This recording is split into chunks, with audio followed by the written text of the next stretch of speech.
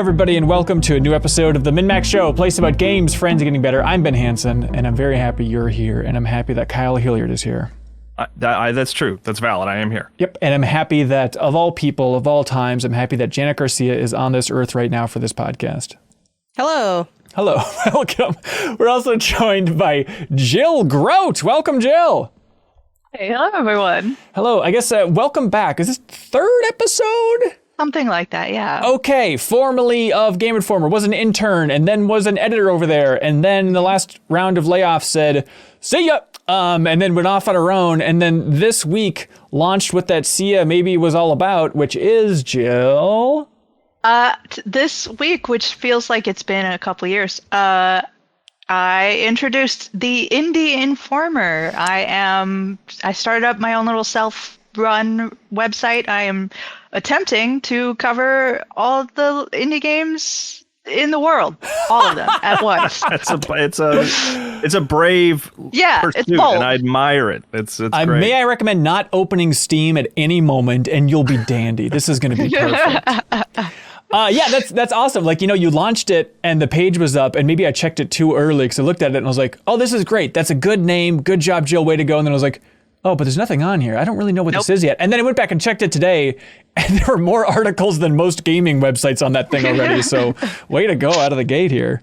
Thank you. I'm trying very hard. I did introduce it maybe poorly. Having just gotten back and being jet lagged and not knowing what time it was, sort of not having given anybody really a heads up. So like not even behind the scenes. I haven't been reaching out to like PR or anything like that. Interesting strategy. So I really am building the plane as it's flying because we've decided planes are the best of planes, trains, and automobiles. That's right. In a pre-show question from Sam Kennedy, we addressed that. If you're at the Backstage Pass, you can watch that stuff live, or the archive version anyway. Yeah, but congratulations. What is the goal for Indie Informer here? I know you say cover every indie game, but realistically, you just want to have your own outlet and just build it up slow and steady? I'm glad that you're here to tell everybody what my goals are. I don't know.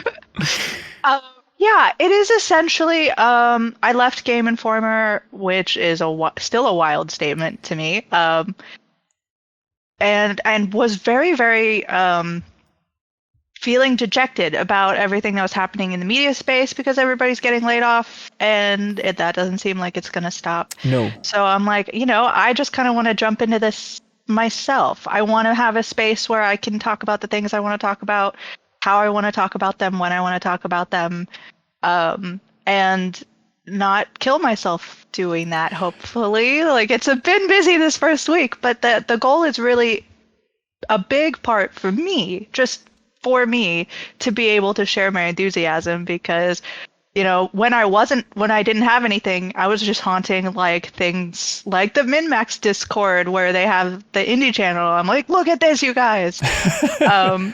So I need a place to do that. And I was, I have a lot of people behind the scenes who were very, very sweet and reached out and were like, hey, hit us up if you want something, and I'm like, I don't know if I'm feeling up to that right now. I don't know if that's where I want to go with all of this. So right now I am going on my own. No Patreon, nothing like that. I'm just doing what comes out and trying to enjoy it. So. Yeah, I love it. There's a link below. But I mean, Janet, you must have some overlap, some thoughts here with Pen to Pixels, right? Kind of a similar philosophy.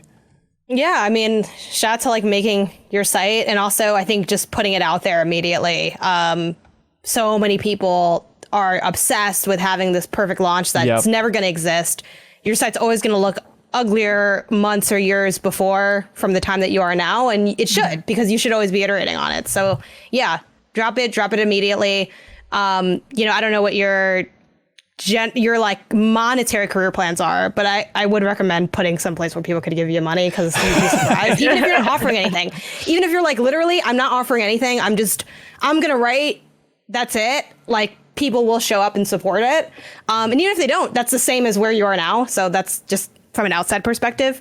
But yeah, I love the idea of it being indie focused. I think it's great that you picked a focus. For Pen to Pixels, I just write whatever. So I don't have a focus, which is its own chaos and fun.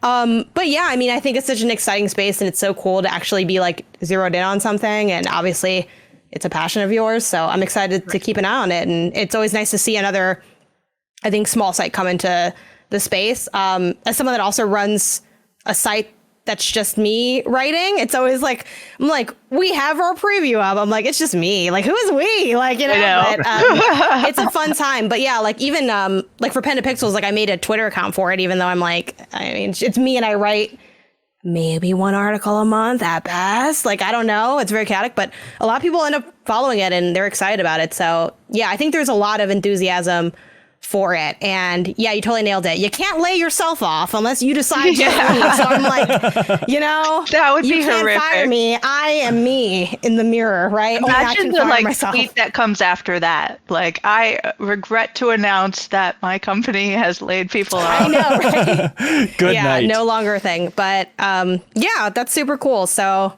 I don't know. Let me know if you ever want to talk more about having your own outlet. But yeah, congrats on the launch. Thank you so much. Yeah. And it came at such a funny time, too, because that Monday when I launched, there was a lot of Twitter discourse about indie gaming and covering indie gaming. And I'm just sort of like inserting my own little website, like, here, come check me out. Well, no, I think it's interesting to have that sole focus. And yeah, like Jen said, I think it is smart. And it's always... Look, covering indie games, it's never going to bring in the traction and the traffic that, say, like a God of War Ragnarok might by chance, putting that in the headline. But, you know, at the same time, it's like if you don't have anything to compare it to, like if you're writing for a big outlet and you have some little indie game versus God of War Ragnarok on the front page, it's like, well, God of War Ragnarok does better, therefore let's always put that in the headline. But if you're just doing indie games, I think that's a nice way to find new teams, highlight talent, and you're never going to be struck by low views on an article. Hopefully it'll just slowly raise and people will get to know it for what it's specializing in. Yeah, absolutely. And doing it just for me is really the goal here. So the only mark of success is whether or not I was happy with it. It doesn't really matter to me. Yeah. Like on some level it matters because people aren't going to come to me if nobody ever reads my stuff. But you know, ultimately the goal is to be happy with what I wrote, and I don't have to obsessively like, gotta get those views, gotta get those clicks. So that's a really nice thing about doing this on my own. Yeah. Check out the link in the description, everybody, if you want to see more of Indie Informer. And was it Alex Stadnick at Game Informer who started calling you that? Do you have to give him any fees for this? It's probably like 70% Van Aken and 30% Stadnick. Because Stadnick was the one who throughout the year was attempting to find an indie-related name for me. Right. And then right at the last minute, stepping over the finish line was Van Aken, who was like, oh, the Indie Informer, why not? There we go. Perfect. Pick it up and run with it. Hey, on this episode, we're not going to talk about no stinking indies. No, we probably will here and there, actually. No, but we're going to be talking about God of War Ragnarok. Why we're so excited about it. Shill. I'm so out of here. Hey, everybody. Tears of the Kingdom's coming next quarter. We're going to be talking about... Hanson, can you make the joke that God of War Ragnarok is a little indie game that little maybe indie game you've never heard of? My God. Number one joke. We're going to be talking about Shovel Knight Dig, Desta, a new Netflix game, Tunic, a game that Jill has not and will not ever stop talking about, and some other odds and ends. And then back after the show, we have some great community questions that people submitted over there on Patreon. I'm excited to talk about God of War. Every time we've talked about it on this podcast, I feel like it's been a situation of like, we'll spend 10, 15 minutes on it, but it's usually just recapping a trailer. And I feel like there's a lot more that I want to unpack in terms of what there is to say about God of War Ragnarok that we don't really get around to. And that combined with the fact that Jill is a history buff and a mythology buff, dare I say? Mm-hmm. Okay. I have a degree in essentially Rome. So. Rome, more or less. She has her degree in. And then Kyle likes attacking things with fire chaining blades. But then Janet... I like pressing buttons when they prompt me on screen. Nothing better. That's what I have my degree in. That's right. But then Janet just finished God of War 2018 for the first time for a big, kind of funny in-review. So I feel like we're primed to talk about God of War Ragnarok. So here's the thing, everybody. We're going to talk about Ragnarok, but... we have timestamps below for everybody involved if you don't want any spoilers for God of War 2018, because we're going to be hypothesizing about what's going to be happening in Ragnarok take our best guess at where the storyline might be going that involves details from 2018. So if you've not finished 2018 and you're wary of spoilers, please jump ahead, because we should unpack this thing and try and make our best guess as to where they're going with this overall story. But yeah, to kick the whole thing off, Jan, I'm curious, like, finishing that game in the year 2022, finishing old 2018 God of War, how did it sit with you? What'd you think? Definitely still a masterpiece. It was, but it was less fond than I thought it was going to be, because I had only played before I finally like unlocked my old memories when I did my full playthrough in 2022, and I realized I stopped, like, and again, this is full spoilers, right? Yeah. Just in case someone missed it. I stopped right before Atreus got sick. Like, I mean, he was sick the whole time, right? But like before he like was like, oh man, I'm sick for real, and you I have to like laid bring out. him back to Freya. I stopped like right there. So I'm like, which I'm so mad about, because the one spoiler I did have going in was that he gets the chains, back and everything. But like, I knew that already. So it's like, but I stopped right before then. I'm like, if I just played a little bit more, I would have gotten that moment with everyone else. And that sequence is so good too. Like, just him going back for the chains, and the fact that with that camera they can't cut, so you just have to like sit in it and just feel him stewing as you're like slowly going through the tunnel and encountering Athena, right?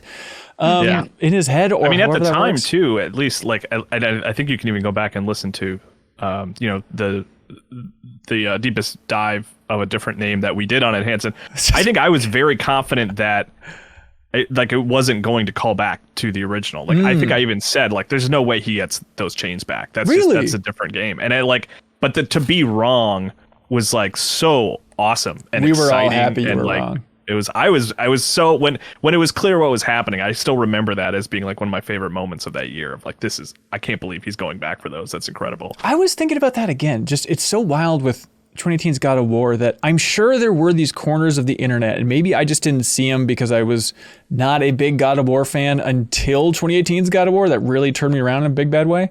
But the fact that that game was so confident that I didn't even see people complaining about, like, they changed the main theme to God of War, which seems wild. Like, the old God of Wars had an iconic main theme that they just ditched, and then the voice actor completely swapping that around. I mean, the fact that that game was so good, 2018's God of War, that there's still, I don't think there are people belly aching about that, is just unheard of in the internet these days. Jill, I assume you're a fan of that game. I was a fan of the old series. I'm very interested in what you just said, because I think some of it was, as a fan, I had played them and I was like, okay, that's done. Like, I never expected it to come back. So I think it was 2018 E3 reveal was so shocking. I was like, I thought this was dead. I literally thought this was not coming back. And then to see it and to be suddenly very excited about it, I think there was that energy of like, who cares? It's coming. There's more coming. I'm very excited. They did exactly the right thing to change everything around. Yeah. So. It's so good. Janet, was it weird playing through that game with Ragnarok marketing and kind of vague outline in mind? Like, it must be a giant red flag every time that Freya's like, I don't believe in Ragnarok. Or like anybody mentions Ragnarok, it's kind of like, okay, it sticks a little bit harder maybe. Yeah, I mean, I am just like, they said the name of the next game, and then it was funny being like, people speculating on what it would be before the rumors leaked that it'd be called Ragnarok. It's like, they say Ragnarok every 12 seconds, so I don't know why we didn't notice before. But obviously that's winking with hindsight. Yeah, exactly. I'm like, I thought it was a one shot, but he turns around really quick to make eye contact. Very strange. But I actually missed a lot of the other like spoiler stuff. Like, when I reacted to that trailer, I kind of actually looked away and I turned off my volume because I didn't want anything to spoil the game. So I didn't know anything else about the game except for the chains. That's all I knew. Interesting. So that was very convenient. But yeah, like, I mean, some stuff does hit differently. Like, you see some of the, I think, the iconography that you like see in the trailers hinted at there or talked about with like, chasing the sun and the moon and the wolves and everything. So some of that's like, okay, I see the lines that you're going to be connecting a little bit more, but generally it felt fine, like playing it with all the marketing around. But I was surprised to have actually finished it, because I feel like some of the stuff I had done before and just forgot about it, but there were more things to complain about than I thought there would be. Because for the first few hours, I was like, I got no notes. This is just nothing but pure fire. And then I was like, I got some notes. And then I was like, I hated this part. And then the end happened. And I was like, wow, what a spectacular ending. Maybe one of the best endings in gaming ever. I struggle to think of one that's better than how God of War 2018 ended. Yeah. What about specifically? Just, I mean, the story beats or fights, or what are you talking about? I think the combination of all of it. I think so often games go for, they want to create grandiosity, and that's why boss battles exist. But so often, as Kyle's thread has pointed out, it's just this jumping over rings. So it's like, okay, I mean, the thing's big, or like this guy's really evil, but you don't really feel the weight of it. I think Baldur, we've talked about before, such an incredible presence, despite not having visibly an incredible stature or anything, but just the personality. So good. And I think the way that there's obviously the boss battle, like the very end where you are fighting him, but they kind of like, there's like an ebb and a flow. It's very theatrical. The last fourth of that game is a play. It's a dance. It's a big spectacle. Then you fall to the sky. Then you're in hell. Then you're going through these things. Then you're seeing this. Like, they really stretch it out and draw it out in a way that feels genuine and compelling. And then when you went inside the World Serpent, I'm like, I didn't even know I wanted to do this, but I'm so excited we're rolling into this thing. And then remember, like, when you shoot out of its mouth and like the camera is taking time to like adjust, everything kind of looks like it's in black and white for a while because it's just like the silhouettes. Like, oh, that stuff's so cool. And then Baldur walks out of the water. This man has never swam in his life. He is just full iron suited, walking down the bottom of the ocean. Yeah, like, it was just fantastic. Yeah. And it was a fun fight too. Yeah, for sure. And then, so the Loki thing, the fact that Atreus is Loki, you had no idea about? Correct. Oh, that's amazing. Right. I'm so glad that was preserved.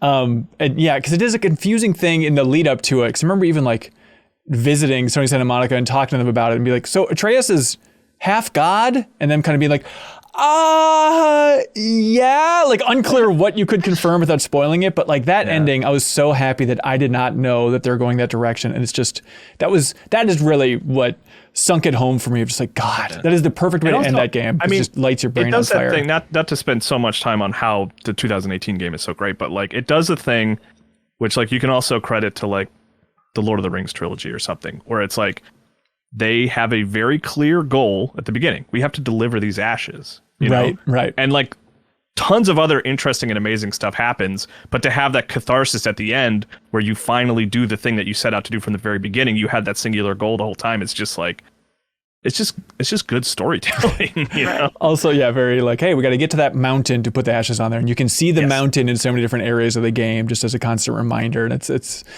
very effective overall. And then this is where I think it gets really fun to start speculating about where they're going with Ragnarok. And definitely right after 2018 God of War, the internet was just spinning with theories of like, okay, so I think that Kratos is secretly Tyr, kind of the Norse quote unquote God of War, is how people were speculating with that. Because there's a couple lines even where like Mimir, he says like, oh, you and Tyr have a lot in common.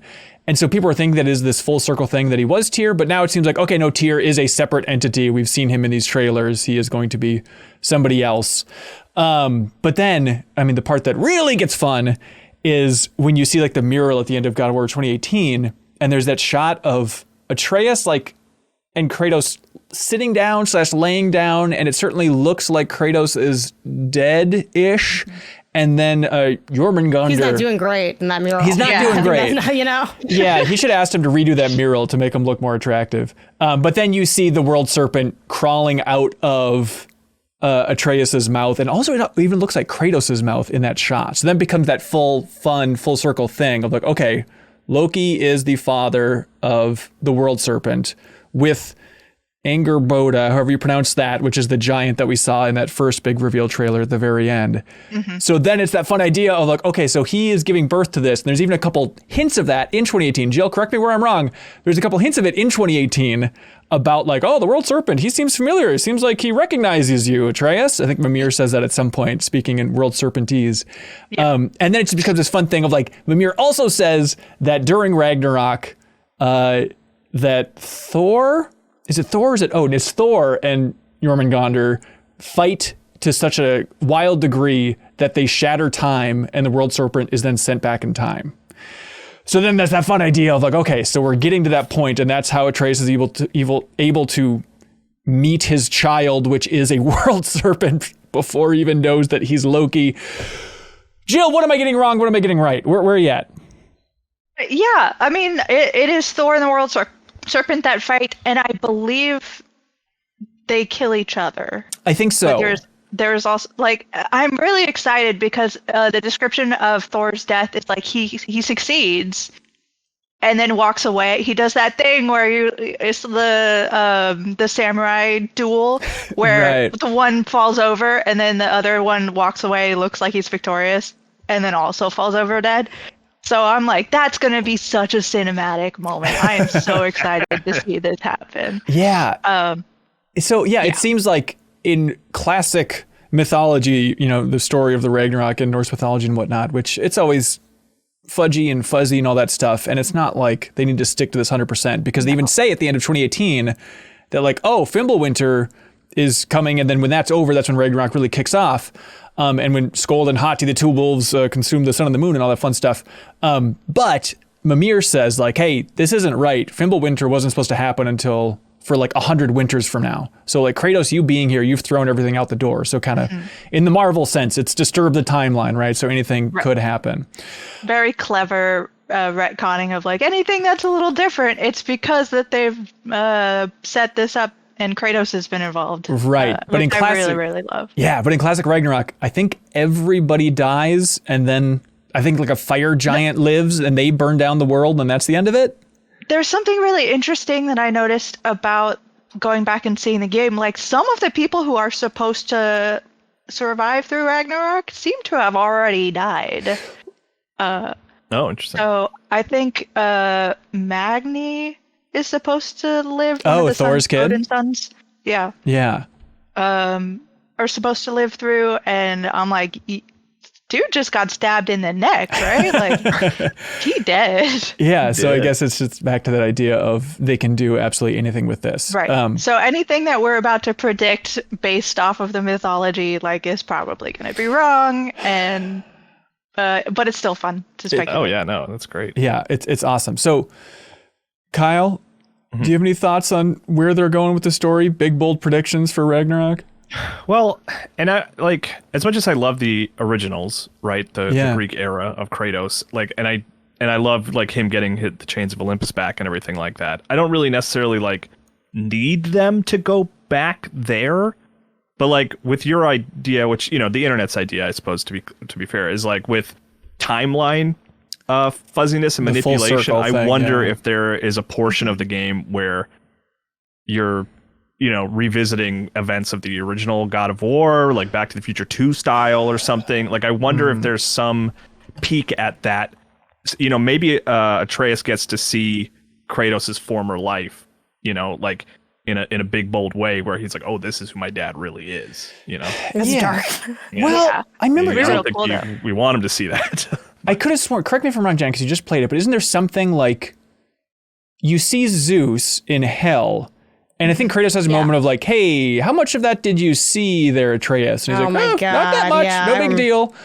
But he might already know a lot more about his past and he's letting on. Is that right, Janet? Am I remembering that correctly? They confirm that later. Like later on, they have a conversation where they actually kind of more talk about it. But the reason I kind of like verbally rolled my eyes is because it's like, I streamed the game, like, and as I was hanging out with my chat while I was watching it, and I was like, this is that classic, like, toxic dudes being toxic, being like, oh, well, I didn't talk to him, but he, like, understood me. I'm like, why don't you just talk to him? Yeah. And then we know that he understood you. And they're like, yeah, but, that's Atreus trying to, like, preserve Kratos' feelings about it. I'm like, do you see how this we're doing a lot of the work here that they could just do? Like, later on when he apologizes to, I forgot the names of the brothers that create the armor and stuff, Yeah. Yes, thank you.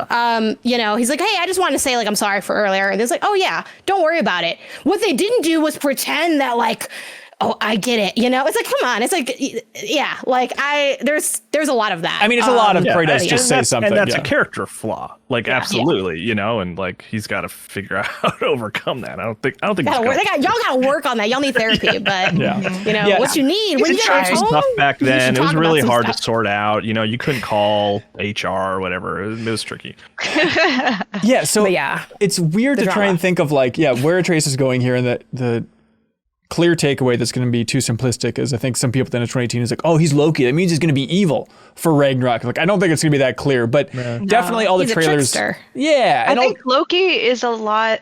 I really enjoyed that moment when they revealed Loki, and I'm like, of course he is, because Ragnarok, the myth that we like, it's sort of a meta thing. The myth that we understand as Ragnarok is sort of written by the gods' perspective. So like, we're looking at Loki's perspective and how he's not going to be evil. He's just against the gods, and the gods would obviously portray this as being evil, but like Loki's gonna sail in with a bunch of giants on a ship made of toenails and fingernails, by the way. That's a thing? Ooh, yeah, that's a thing. Look that up. So it's Psychonauts.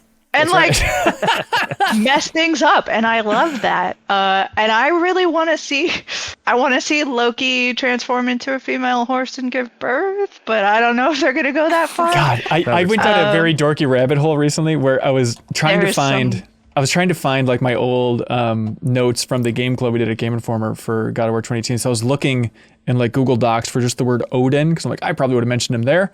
And then I ended up finding like a college paper I wrote from 2007. And it was like this in a paper on Scandinavian mythology, this class I took. And it was all about like the transformations in Scandinavian mythology. So it was really fun, like reading my own paper of like, oh, okay, so these are all of Loki's transformations. I'm getting spoilers all through here.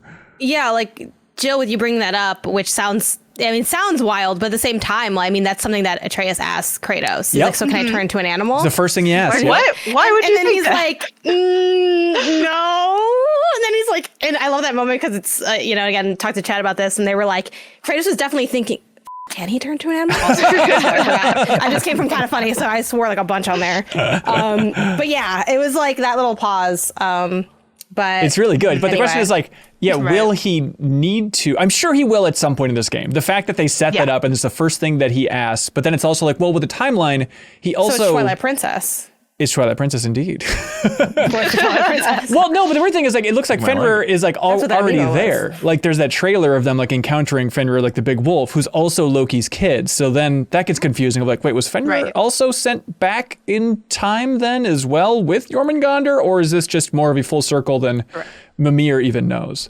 Or it might just be that like they're not going to stick to everything that is canon in the mythology, which because I can't understand how he would give birth to things and have them understand that. The other thing that I'm really excited about mythology wise is that during 2018 we got a little panel that had Tyr in it, and where he was like buddies with some of the other gods of war. And the first one that struck my mind, like I was like, oh my god, I'm so excited, was the top right was Greek mythology. The bottom right was a Celtic symbol. I was like, what? Are you guys going Celtic here? Because I'm super down for that. Celtic. So who is the Celtic god of war? What's going on in Celtic mythology? I don't know too much about it. Celtic mythology is bonkers. Netch is the god of war. God bless you, Jill. Thank you. In Celtic mythology, who's married to a being called Morrigan, who is a being that is a goddess, but also three goddesses at once. Like, there are a lot of cool things that happen. And she's also a god of war. So it could be either one of them. And so I don't know how they're going to jump into that, but I'm really interested to see if they do, like Kyle's, like maybe they're jumping around into different Greek things. Like I want to see them jump into Celtic mythology and Tyr be like, hey, let's hit up some of my friends that I made earlier before you guys showed up. You'll love them. I don't think they're going to do it. I don't think they're going to do it. I don't want like a post credits, like tease, like a text message is sent to the Celtic gods or something. For, need your help. I think like it's going to be MCU style, kind of like, oh, the next one's Celtic. I hope if they do that, which sounds very exciting, it's like intermingled and it's part of the larger story. I don't want it to be like a cliffhanger. Kratos is going Celtic next. I would put money on the post credit scene being like Atreus wandering, and then he looks down at his feet, and it transitions from like snow to sand. And the implication being Egyptian stuff, which they also already teased a fair amount in 2018. And I remember Corey Barlog even said that for this game, they were a bit of a coin toss between, do we do Egypt or do we do Norse mythology? So I would imagine that's where they're going next. And Well, I because don't like that I is have to go to my house to get that scene either. I'm gonna throw that out there. yeah. Don't have me do that. Like, just tie it all in. Like, just have me go. Just put the cutscene at the house. And literally, my entire chat was just like, "Make sure you go to the house." I'm like, if I really had to go to the house, why didn't you just tell me when the credits are done? I kind of liked it. I might uninstall the whole game. I know you were like playing for a time crunch and stuff, but I did love that idea of just like, if you happen to go back home and rest, which if you're really role playing, that's exactly what you should want to do, then you get that Thor scene. I think that's so cool. Right. Yeah, I kind of encountered it naturally in that way because it was like, let's put them to bed so I can turn off the game. I didn't want to just like absolutely leave them there floating. Good night, Atreus. I left my axe into the realm and stuff too, so that was kind of awkward. But for the panel thing, there were 4 symbols. So you had the Greek, you had the Celtic, and then you did have the Eye of Horus, which Egyptian, and then bottom left was a Japanese symbol, which I'm not. Oh, really? That's not my mythology knowledge. So like they've got a lot of different places that they can go in this. Yeah. So I'm very excited to see what they do with those because they didn't throw those in for nothing. Right. Kyle, would you put money down on? No, money down. Would you put money down on just Mjolnir is the only new weapon? You get Thor's hammer, or do you think we're getting 2 weapons? I mean, they haven't confirmed it, but it seems wildly likely that with all the elemental damage and stuff they've been talking about in combat, that we're going to get to control Mjolnir. Yeah, I feel like Mjolnir would almost just be an upgrade to Kratos' current weapon. I'm not sure what it's called. Leviathan? Yeah. Leviathan? Like, because it's functionally, it's similar, right? Well, like, just the like gameplay it returns. side of it wouldn't change much in theory. So I would imagine there would be something completely new and unexpected that plays very different. I mean, the original trilogy did that a lot. Like, you would get weapons that, like, you would get Hercules, like, gauntlets, and that made it play completely differently because it became like an up-close melee game at that point. Like, I'm just thinking about it mechanically instead of story-wise. Yeah. I think that there would be something unexpected, and then Thor's Mjolnir would I wonder if it's just going to be an upgrade. Like, it's just going to work the same, and it does more damage now and has electrical abilities or something. I don't think so. Attach it on. It's like a switchblade. Yeah, time together. Yeah. I think they'd want to keep it separate just so you can have more of that interplay of like, okay, the Leviathan will be kind of the axe weapon, and then we have the lightning weapon, then we have the fire weapon, and then the wind weapon. If they have that, I hope it comes in earlier, because I will say parts of switching between weapons was kind of hard to like get a grasp on. Yeah. And then also like perceiving things, which maybe this is just me, and I just am on autopilot like playing this game because it's such a beat 'em up inspired pace has always been like key to God of War. So I'll be like fighting, just fighting for my life, and then I'll look at like what's going on, like really perceive it, and I'm like, I don't think I'm doing damage. I think okay, never mind. This is the wrong. Like, I don't even perceive what's happening because it's all happening so quickly and chaotically at once that I think it was a lot to. I mean, I liked it. I think the flow of when you got it made sense, but the actual act of having to then switch became a little bit like playing DDR, of like constantly shuffling things around. Yeah, and with 4 weapons, that might be a bit much, but I'm curious to see how they tie everything together there. I will shout out, if you're into the mythology, there might be a better resource than this, but IGN has a series of videos which are very nice, where they have a series of videos with Norse mythology experts, specifically an expert on that language, kind of unpacking all of the God of War Ragnarok trailers. So there's a lot of informative stuff in there of just like, hey, there's a mermaid in the latest story trailer. Are there mermaids in any Norse mythology? And he's like, let's see. I think someone sleeps with a woman that's part seal at some point. Like, that's the closest we got. Just unrelated. Yeah. That's more Celtic, isn't it, Joe? Yeah, there's a terrifying being that is kind of half seal that like sucks you in, I believe. It's a Selkie? Is that right? Yeah, something like that, yeah. Wow. Everything I know about Celtic mythology, I know from that animation studio that has released 3 films. Oh, okay, of course. But yeah, there's a lot of fun stuff that we can look forward to of like probably at some point Fenrir is going to bite off Tyr's hand. That'll be a big moment. If they don't do that, that'd be weird because that's like the big foreshadowed thing. And so much of Scandinavian mythology is about fate and Odin trying to control the fate because he knows that Ragnarok's coming. Like, he definitively knows this. In some way, he's already been through it. But then it's the idea of like, okay, I'm going to try and contain these wolves so that it doesn't happen. And then with Kratos also trying to fight the fates. Okay, this is... I'm still confused about the alliance of, or allegiance is probably a better way to put it, of Atreus and where this is going. Because all the trailers have hinted that he's kind of splitting with Kratos, that he's frustrated with Kratos. Seems like he's knowing more and more about the backstory. Exactly. Right. But then at the same time, it's like, well, if you're going with like mythology, then he should be like aligned with like the giants fighting the gods. So do you think, Jill, they're going to go with like Atreus aligning himself with the gods more so in this situation? No, I don't think so. Okay. I mean, there might be a situation where, like, oh, I'm a kid trying to be an adult, and these people aren't telling me what to, like, maybe there's something there, but I think it's going to be a situation. I think that he's going to cause the death of his father, and that's why he's not shown in later parts of the game, sort of together with him. Oh, like you're talking about like that eclipse scene and stuff. The fact that Kratos isn't there. Yeah. Like just the fact that we're seeing him do his own thing and they've talked about him like being independent and things like, I don't think Kratos is going to make it all the way through this second game.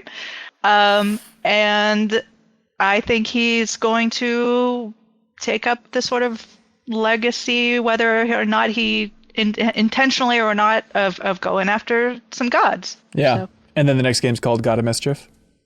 Yeah. That's the way it works. Kyle? Mischief in Egypt. Kyle, if I took $200 out of your pockets, which I know you carry in your back pocket at all times, just heads up for anybody who's walking around, Kyle, and said, will Kyle die? Or Kyle, excuse me. No. Yes. Kyle will definitely die at some point. That much we know. Will Kratos Kyle die? will live forever. Will Kratos die? I feel like Jill's still right somehow. Yeah, hang on. This is confusing. Well, this video will live forever, so I guess in a way Kyle will. But will Kratos die in this game, Kyle? Mortality. Will Kratos die? Yes. I'm going to say no. I don't think so.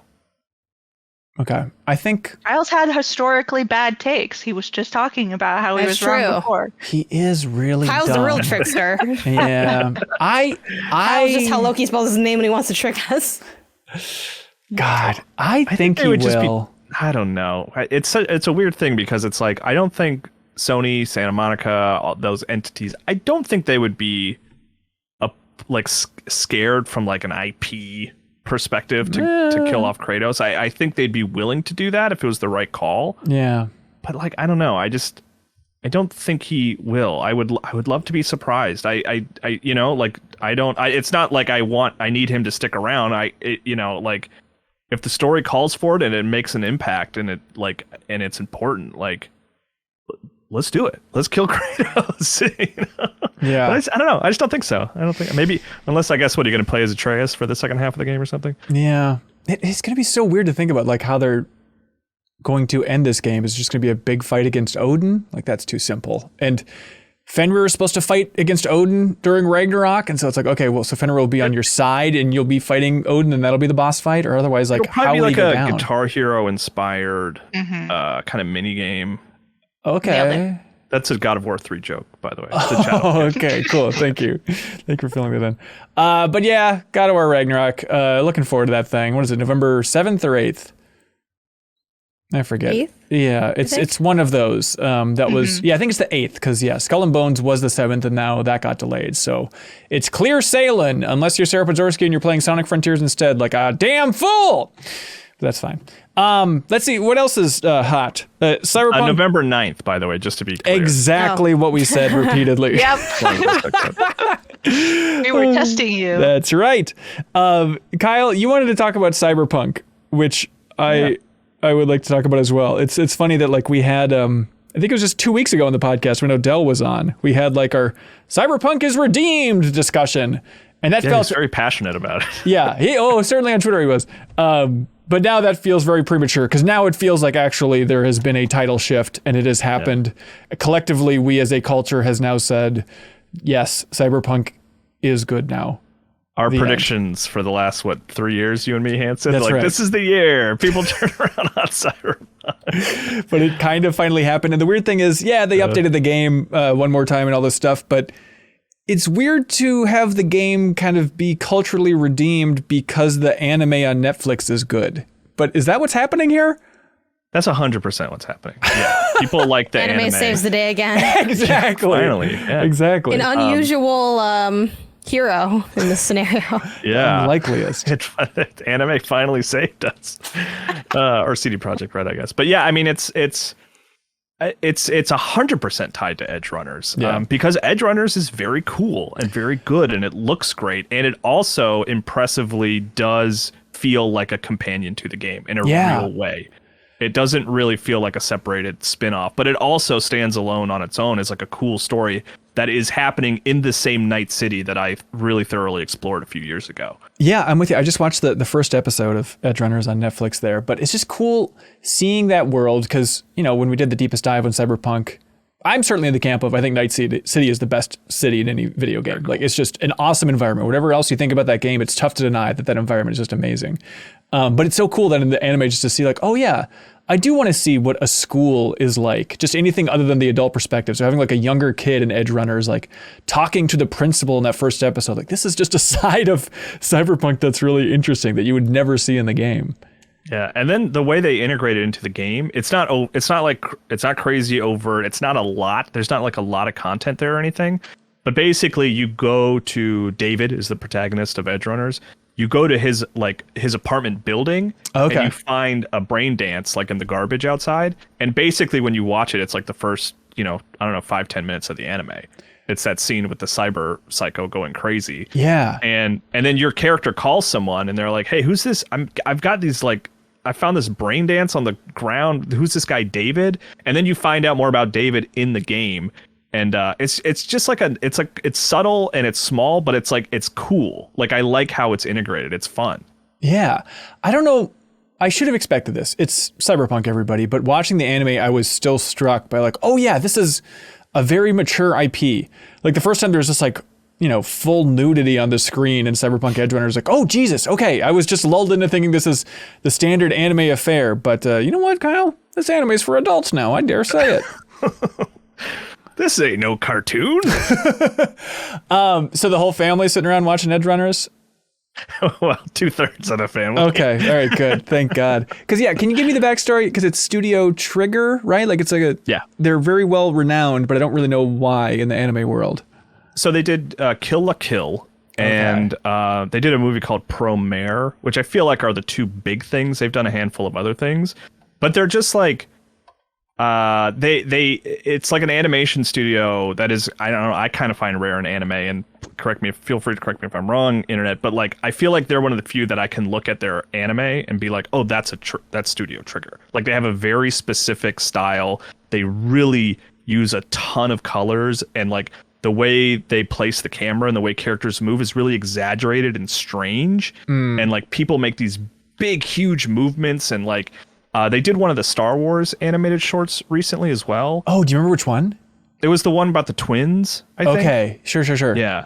And their action is just like really cool and interesting and well done. Like it's really cool. Like when they announced Edgerunners and they announced it was Trigger, like that was enough for me to kind of like raise an eyebrow and be like, oh, this is going to be cool. I want to check this out and see what this looks like. Yeah. I'm trying to think of other instances where like ancillary media has really boosted the sales of the game in a huge way. Like Witcher, like Witcher 3 is the big example, which is weird that it's both CD Projekt Red, but like, were people running out and playing more Sonic games with the success of those Sonic movies? Like it didn't feel like it from my vantage point, at least, right? I think there's not a clear place to go is the thing. Right. Like, where would you go? It's not like there was just a Sonic game out. Well, Sonic Origins, I guess, is what they were hoping for late last year. I feel like it was probably the same thing with Detective Pikachu. I don't think a lot of people went out and bought that either. Oh, definitely not. No, because that 3DS game was pretty old at that point, Yeah, so I'm trying to think of just other examples where it just gets this huge boost. I mean, stuff like the Resident Evil shows, all those are being cranked out 8 ways to Sunday, and it seems like, I don't know how many... But didn't those get canceled, too? Yeah, and didn't people say they were good? I was confused, because the first review I saw for that show about Wesker's kids or whatever on Netflix, I think like Polygon gave it like a A+ or something, and then every other place is like, this is a travesty. So I don't know what was going on. Just one person on Polygon loved it, which skewed my perspective. Different people. The entertainment editor at GameSpot, Chris Hayner, he liked it too. But like, it was weird. It just dropped off the map. But yeah, I think because Witcher, I mean, even though there are multiple Witcher games, like Witcher 3 is just like the one, you know, and Cyberpunk is like, there's the one. I mean, I guess you could say the same thing about like League of Legends and Dota and stuff. Like there's a singular entity to go, but it's like, I don't know, they're multiplayer games, so it feels a little different. It's what the Matrix was trying to do, arguably unsuccessful. But they pulled it off here. And it's like, it doesn't feel pandering either. Right. Like it feels, like I said, it feels like a proper sort of alternate look into this world, and I like it. They're both good in different ways. Yeah, I mean, that's a good point with League. I mean, I guess Arcane probably boosted League numbers in some way, but it just maybe didn't have a big impact, or I didn't see that press release or whatever the hell. But yeah, so CD Projekt Red announced on Wednesday that they have sold 20 million copies of Cyberpunk, thanks to the boost from this anime now at this point. And this is total, but just for a frame of reference, I mean, looking it up, maybe these numbers are a little bit old, but according to Wikipedia at least, like Red Dead Redemption 1 sold 23 million. So the fact that like Red Dead Redemption 1 is that close to Cyberpunk 2077 now is pretty wild, just for the success of this thing. So make a great anime for Netflix is the takeaway, I think, if you want your game to sell well after a troubled launch. Crazy. It's Unless back, you're everybody. Dragon's Dogma.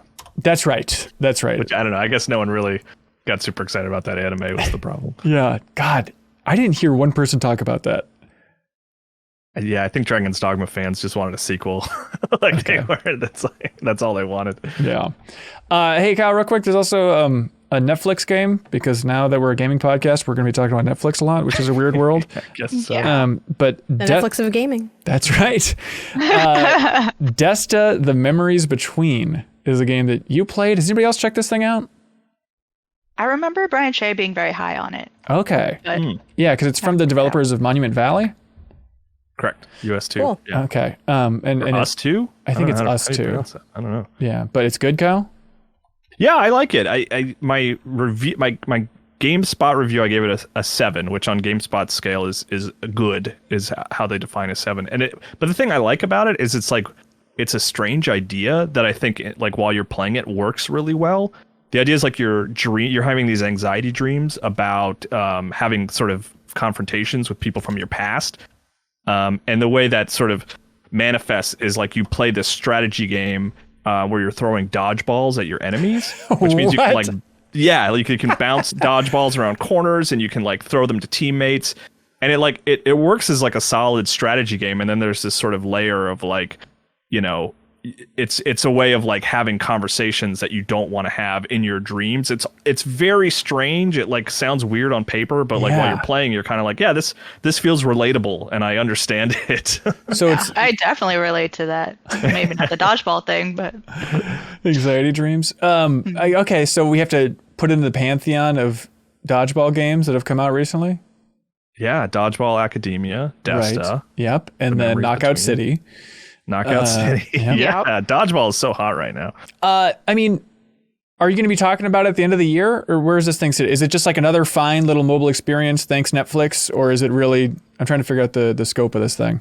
Yeah, you know, honestly, I mean, not to be dismissive, but I think that's about where I'm at, is the latter. Yeah. Like, it's cool. It's worth checking out if you like strategy games in particular. Like, it's actually not my genre typically. I'm not like the biggest strategy fan. Yeah. But I had a good time with this, and it's free with your Netflix subscription, and then it is also coming to other platforms a little bit later. I think it's coming to Switch and PC as well. Gotcha. Shango But Congo. yeah, good writing, good performance from the characters, and then like an interesting strategy game. Sweet. But then it's like it's got some like the things that sort of knock it back a little bit is like its structure is roguelike, which is cool. I've certainly become more of a fan of that genre, but like the problem is you end up having like repeated conversations with the same characters, and they only change a little bit each time.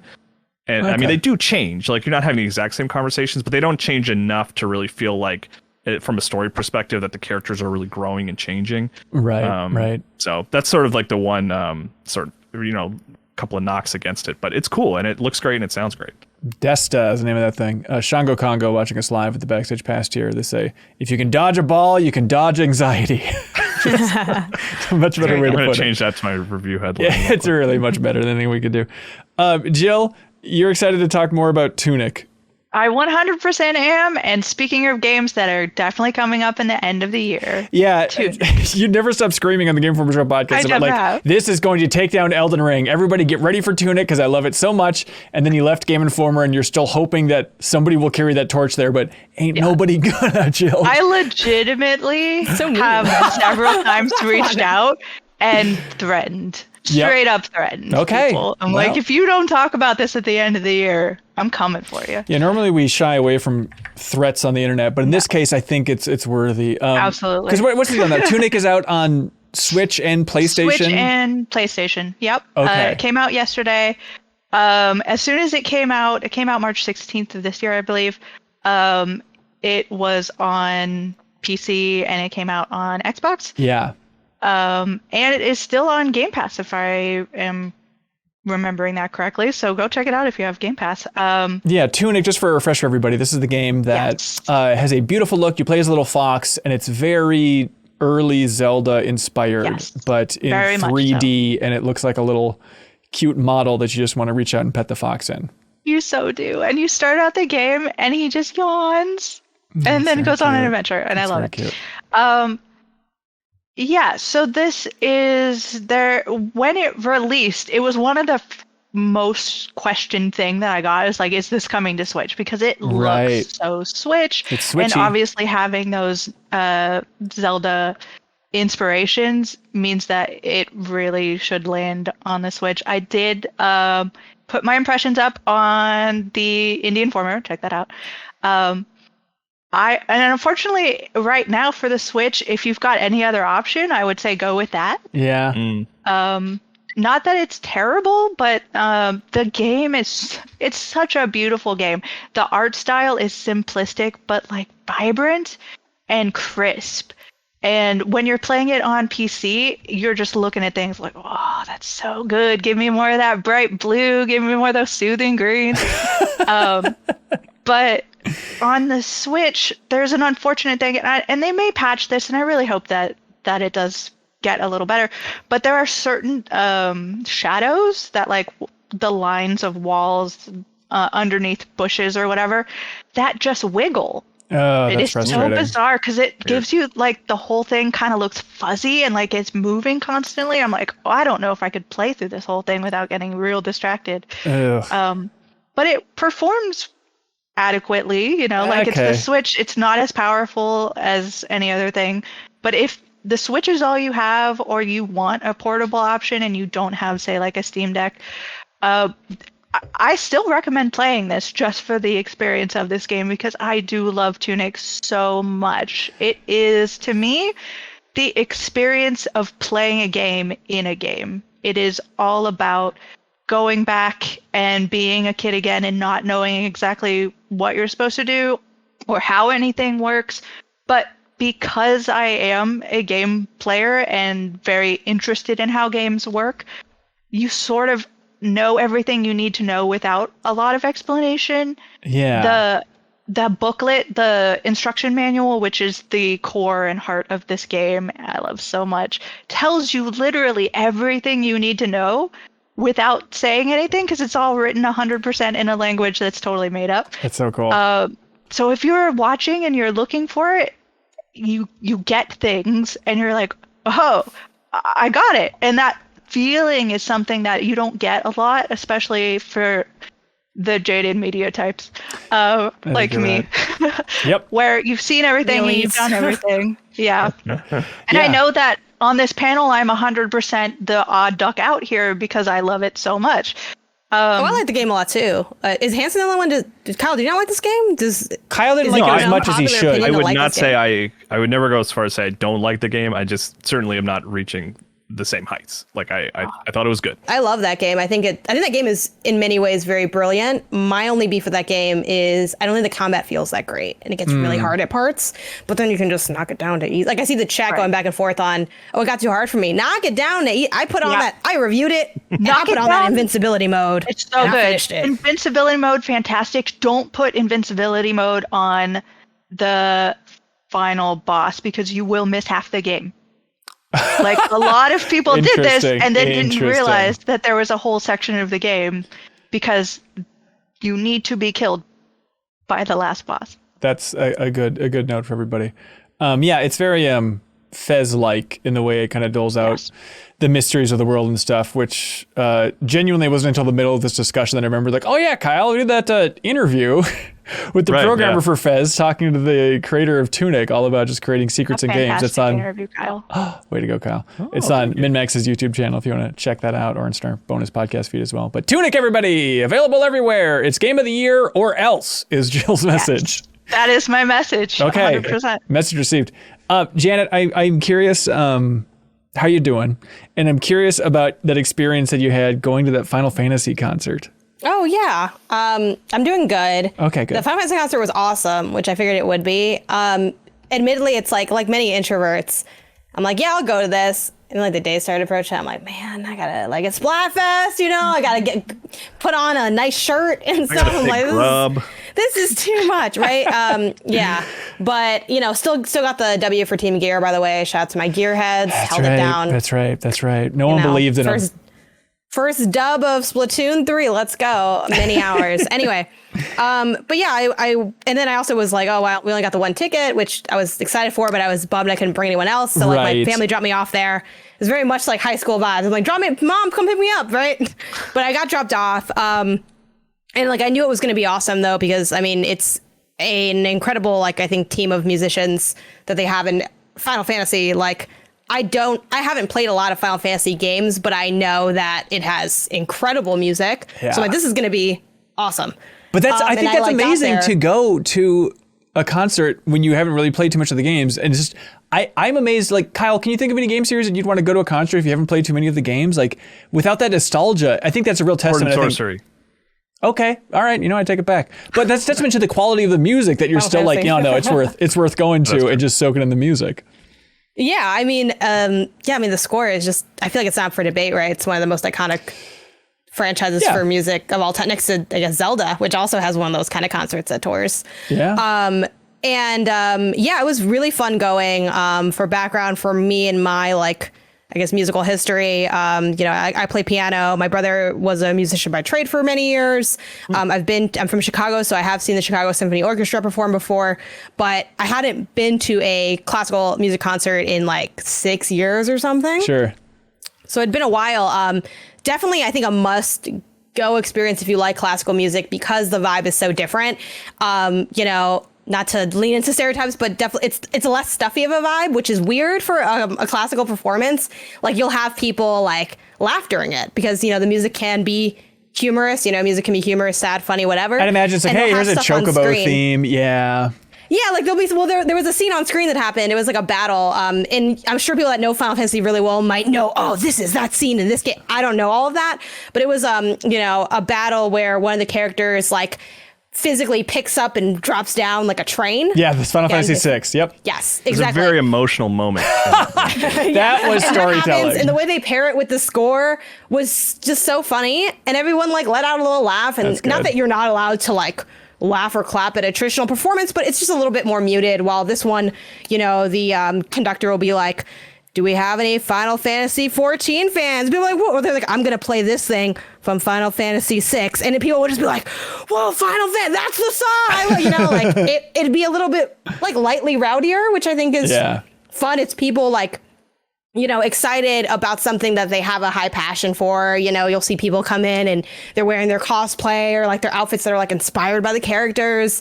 And honestly, like sitting down to like even hear, and maybe it's also just, you know, it's been a while since I've gone to like mini shows too, especially with the pandemic, like just hearing that first like entry point. I forgot what song they opened with, but I honestly wanted to cry because it was so beautiful. So sweet. It was so beautifully done. And yeah, it was an incredible performance. And one thing I want to shout out too is just like how much work had to go into putting something like that together. Because as I had a lesson actually earlier that day, and I asked my brother, hey, do you think the musicians are nervous for tonight? You know, like any other music? And he's like, oh, definitely. Because they probably haven't practiced this as much as they have maybe other performances. You know, if you're performing something a little bit more traditional, you're probably playing that like all the time throughout the year. Like, you know it, you know, you got to know it, you know it in your sleep, you know it if you're drunk, you know it at any given time. There's no warming up, you know it. It's like, but you have to know it like that when you're performing like that, especially like at a concert like that. There are people in the crowd that live breathe this score. They know this score really well. They're going to know if you mess up, like, so they probably had to really kind of crunch it out to like get it ready. And the conductor did mention that. I mean, he didn't say they crunched, but he's like, they practiced a lot with a little amount of time, which essentially is the same thing, right? So yeah, that was really cool. They had one of the composers there when they brought out like it's like the kind of thing where they brought out the choir at one point, and when they turned the lights on, we saw there was a choir there. People were like, "Woo!" You know, like getting. They know it's going to be good for a choir. Yeah, they know One Winged Angel's coming or something. Yeah, exactly. And I think it being paired with the visuals that you get is a very unique experience that you really only get at those kind of classical performances. So I definitely think if you are a fan of live music in that way, and or a fan of video games, and or a fan of Final Fantasy, like, it is worth going to. Like, again, I'm not a huge fan of the franchise. I've only really played 7 Remake and a few games here and there. Yeah. But I loved it, and it was an awesome experience. And yeah, I'm glad I went. Yeah, I saw you tweet about like, oh, I kind of want to play all these games now, which is very ambitious. I was ready to like go into the wormhole, even though I'm like, I don't know how it's going to turn out, but I'm like, I want to play all of these. You'd be so bored. You'd be so bored. I love them dearly, but you shouldn't do that. I mean, unless you want to be really the most hardcore person here. But how do you love them and you find them boring? I don't. I love them, but considering I have a lot of love. Kingdom Hearts, where people are like, "I love Kingdom Hearts. Don't play it. Don't play it. Don't do that." I mean, it's like my Death Stranding recommendation. I mean, there's more Final Fantasies than Kingdom Hearts. Yeah, so it's a little bit tough. But like, I just think like I think of you playing, Return to Monkey Island. You found that a little bit dry. So I'm like, I can't imagine you going back to Final Fantasy 1 and being like, this rips. It's like, but I mean, highlights here and there you should totally jump to. But you should just play that Final Fantasy Theater Rhythm game that's coming out on Switch. I think like early next year. The final bar line. Sound is cool though. But that does seem fun. You're not going to get the street cred for it, but if you just want to like interact with those songs, because we didn't talk about it on the show, but that thing coming out has 385 songs in it. And then they have a premium digital deluxe edition because video games are cool now. And it has 502 songs, including songs from like the Saga series and Nier and Octopath Traveler and Live Alive. Like they just packed in like as many Square bangers as they could into this thing. So I'm curious to check that out when it finally releases there. I guess last thing too, a few people did say hello to me and then say that they were fans and stuff. Oh, really? Of the show. So thank you for saying hello and listening to our content. That's very sweet. Honestly, though, do you think you're more likely to play Crisis Core? I know you did that preview that we talked about in Party Chat last week. Are you more likely to play Crisis Core now because this concert's kind of got you primed?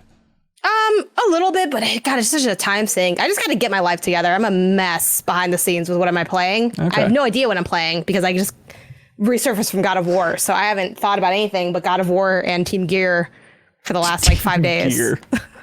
Team Gear is my game of the year. Kyle, do you think if we did a Twitter poll and said which franchise in total has the better soundtrack, Zelda or Final Fantasy, what do you think would win? Final Fantasy. Okay, good. I was ready to fight you for that, but I think that's correct. I think Zelda might win, but that's because people like Zelda more. Yeah, I like Zelda. Yeah, I would fight for more. Zelda. You would? Yeah. All right, I'll do that poll. I'm curious to see how that shakes out. Hey, it's easier to sing the songs from Zelda too than it is from Final Fantasy, and that that's true. Sticks in people's minds more. That is true. They maybe are catchier in a way. I know this is impossible for somebody who isn't a big fan of the entire franchise, but do you remember what they closed with at the concert? Okay. Oh, no way. There's no way in hell. I don't remember anything of any of the specifics. I'm just like, this sounds really good. Okay. Do you remember like the big iconic song? Well, one of a dozen from Final Fantasy VII is One Winged Angel, which is the big Sephiroth fight music where it sounds like Latin. It's like, did they close with that or was that early on? Sephiroth there. Okay, it was probably a lot of Sephiroth. That wasn't the closer though? They saved that towards the beginning or something? I know it sounds, I literally would have no way of knowing. That's fine. No judgment here. I did record some clips though that maybe I'll post them on social because I recorded some of my, one, just I wanted to capture some elements of the show while also still being like present there. And two, there were a few songs that I was really enjoying, and I'm like, let me get a little clip of this because I just want to be able to like point to it later. So maybe I'll post those on social. There we go. So no judgment. Kyle, you want to talk about Shovel Knight Dig, dude? Yeah, briefly. Are you digging it? I am digging it. It's good. Can you feel it, Mr. Krabs? It's an Apple Arcade game. It's another one. I think it's out on other platforms already. It's on Steam, yeah. Okay, yeah. And Switch. Oh, great. Okay. I've been playing it at the iPhone version with a controller with a backbone. And I like it. It's the most fun I've had with Shovel Knight since the original game. Because like everything up till now, the spin-offs and everything, nothing's really clicked with me, despite being interested in them and excited about them. Like the puzzle game from late last year, I actually was really excited about it. And then I kind of just like, I don't know, this isn't really working for me. But this feels like, you know, like a Shovel Knight action platformer, and it's a roguelike, and it's cool. You dig your way down, fighting enemies and bosses and things like that, and you know, when you die, you go back to the surface and you have money that you get to spend. It's not a complete reset every time, which I always appreciate. And then, you know, there are different like power-ups and stuff you can get along the way, and it like I was actually talking to Yacht Club a little bit, and I even said, I was like, you guys almost could have called this Shovel Knight 2. Like, why didn't you call it Shovel Knight 2? And well, their response was that it's because it's a prequel. That seems fair. And it's also not made by them internally. They're obviously very hands-on and involved, but it was a different developer that made it. Oh, really? Oh, I didn't know that. Yeah. Yeah, I think Shovel Knight, as much as it's kind of beloved and we all like that original game a lot, I feel like, am I alone in just kind of losing the thread of like, wait, what's DLC? What's standalone? Because there's like Shovel Knight King of Cards, Shovel Knight Showdown, Spectre of Torment, Plague of Shadows, Pocket Dungeon. And Pocket Dungeon, that was the puzzle game, right? Yes. Okay. Yeah. But a lot of that is just kind of DLC on that original game. So I kind of lose track of if this is a big deal. And Shovel Knight Dig seems like, hey, it's a rogue style game. I'm sorry, just a rogue game as we're calling it from here on out. But it is a big deal. Yeah. Okay. Yeah, I do get confused because the other thing you sound like committal. the other thing about that DLC that's confusing is I played it on 3DS, you know. And it's like, it would be, and only an insane person would go track down their 3DS to buy DLC for a game and play it again. But it is on other platforms. Well, wait a minute. So I mean, Leafy on the Backstage Pass, he's saying that I am crazy. I am alone. Everything is a separate game. So these are all separate games? So Plague of Shadows, okay, so they're just like smaller standalone experiences. Okay, the King of Cards. There's like a lot of Shovel Knight games. Yeah. Okay. Whew. I also asked them, its own thing. Okay. I also asked them why Shovel Knight is in so much stuff. Why he was an Arby's toy and he's like in every game ever. Right. And their response was that they think it's funny. Makes them laugh. Okay, wait, how did you great answer. literal? Do you have how you literally asked it though? Was it like that, or was it a little? I'll find the recording, I guess, if I'll clip it out. Send the. Yeah, we'll send sit me the here in audio file. silence while you do that. That's right. Yeah, take your time. Okay. We got a place to be. Hey, Moonscars, everybody! Another game that Kyle played briefly. This is a Metroid. Kyle's pro gamer over here. Yeah, jeez. I did want to touch on Moonscars briefly. It's like a 2D action game. It feels very inspired by From games. In that it's challenging, and when you die, you can go recover your stuff. And there's a lot of jargon thrown at you, you know, that I don't understand, but I'm supposed to know what it means, but I don't know what it means, and maybe at some point in the future I will understand what it means. But from the story perspective, it's very confusing. But some highlights I want to recommend. It looks cool. It's got this very cool pixelated style to it. It's when I say pixelated, it's like you kind of think of that like 16-bit. It's not 16-bit. It's like almost hard to define. Right? It's like a painterly pixel. It's like, yeah, that's a good way to put it. Yeah, it feels like painted with pixels in a strange way. But the other thing that got me immediately excited is that it has Mega Man X mechanics in that you can dash a lot and you can jump against walls to climb higher. So I was like, okay, well, I'm on board. Let's play this a bunch more. Yeah, so it feels good. I want to keep playing. I'm playing on Steam Deck. It seems interesting. It's very dark and strange. Yeah, Moonscars. It's a confusing time for this game to come out because Moonbreaker is also out today, which is the next game from Unknown Worlds, like the Subnautica team, and that's that kind of more tactics game that's very inspired by tabletop stuff. But then it's a confusing time for Moonscars to come out because the name of the developer of Moonscars is Black Mermaid. Which after the release of that first Little Mermaid trailer, I just did a Google trend search for quote unquote Black Mermaid. Oh no. Skyrocketed over the last month because of the Little Mermaid trailer. So it's like, what a weird time for this. If they ever could have foreseen that. I guess it's a good thing for them. Who knows? Let's see. Hey, Jill, do you know how this whole thing operates? This whole MinnMax thingy? No, but I bet you're going to tell me. I will. And the way that it operates, the whole reason we're here to begin with, the whole reason we don't have to worry about lightning bolts and lightning strikes and mass layoffs is because of patreon.com/MinnMax with 2 N's. You all have built this either by sharing the show, listening to the show, watching the show, or by directly supporting the show. No middlemen in between by going to patreon.com/MinnMax with 2 N's. We appreciate everybody going there, checking out a benefit that fits what works for them. And thank you to some of MinnMax's biggest supporters, people like I Am 8-Bit. They want you to know about We Are OFK. They have a physical edition of the game on PlayStation 5 and the Nintendo Switch, and then also the vinyl soundtrack is available as well at I Am 8-Bit's wonderful online store. The physical version of the game also has a papercraft version of the cat, which is very cute. But if you go to I Am 8-Bit's wonderful online store, you can use the promo code LUNCHMEAT, no space, LunchMeat, to get 10% off everything under $100. It's just one of the coolest gaming stores on the internet, so please check them out. Iam8bit.com, everybody. There's a link below if you want to show them some love, because they have shown us a lot of support and love for many years now, and they help support the community directly by also shipping out a prize each and every week. Whoever submits the best question over on Patreon, if you're at the $2 tier, you can submit a question. Then we're going to choose our number one tippy top favorite, and that person will win a prize from I Am 8-Bit. And this week, the winner actually wins a copy of We Are OFK on the Nintendo Switch. Funny how that all works. So it's a hot, fresh new game on the Nintendo Switch, I Am 8-Bit exclusive, so get ready for that. All right, ready to keep in mind each and every great question from the community? Yes. Yeah. Okay, here we go. Here's how this works. Shazara writes in and says, hey folks, I'm writing in because of the presence of indie expert Jill Grodt, but I guess you all have experience on this. How do you folks in games media keep track of what games are releasing when? Is it publisher press emails? Is there a super secret maintained Google Calendar somewhere? Do you keep your own personal lists? What's happening?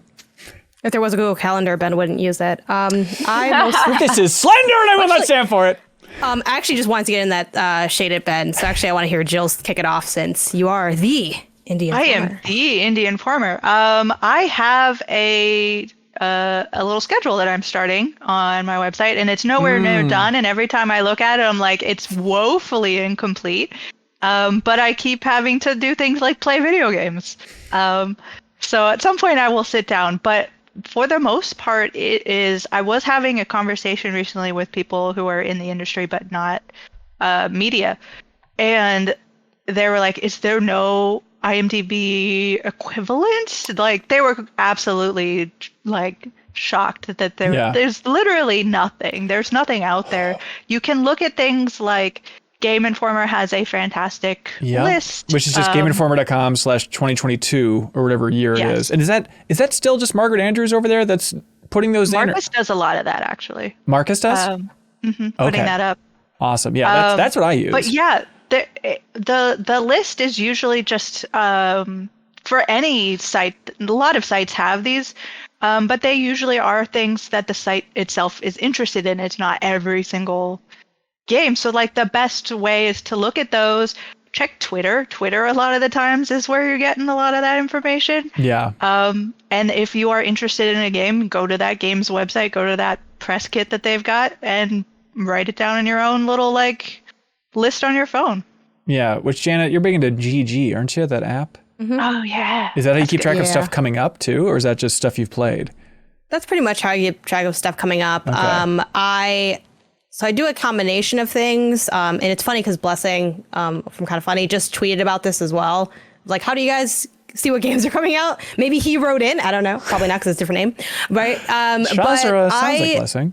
I hit up releases.com, or I just found out about releases.com, so I'm going to start looking at that. Releases.com. Releases.com. Everybody starts writing it down. Yeah, somebody in his replies shouted that out. So it'll be my first time using it, but that looks pretty comprehensive. Damn. There's, of course, Metacritic has upcoming games, so I look at that.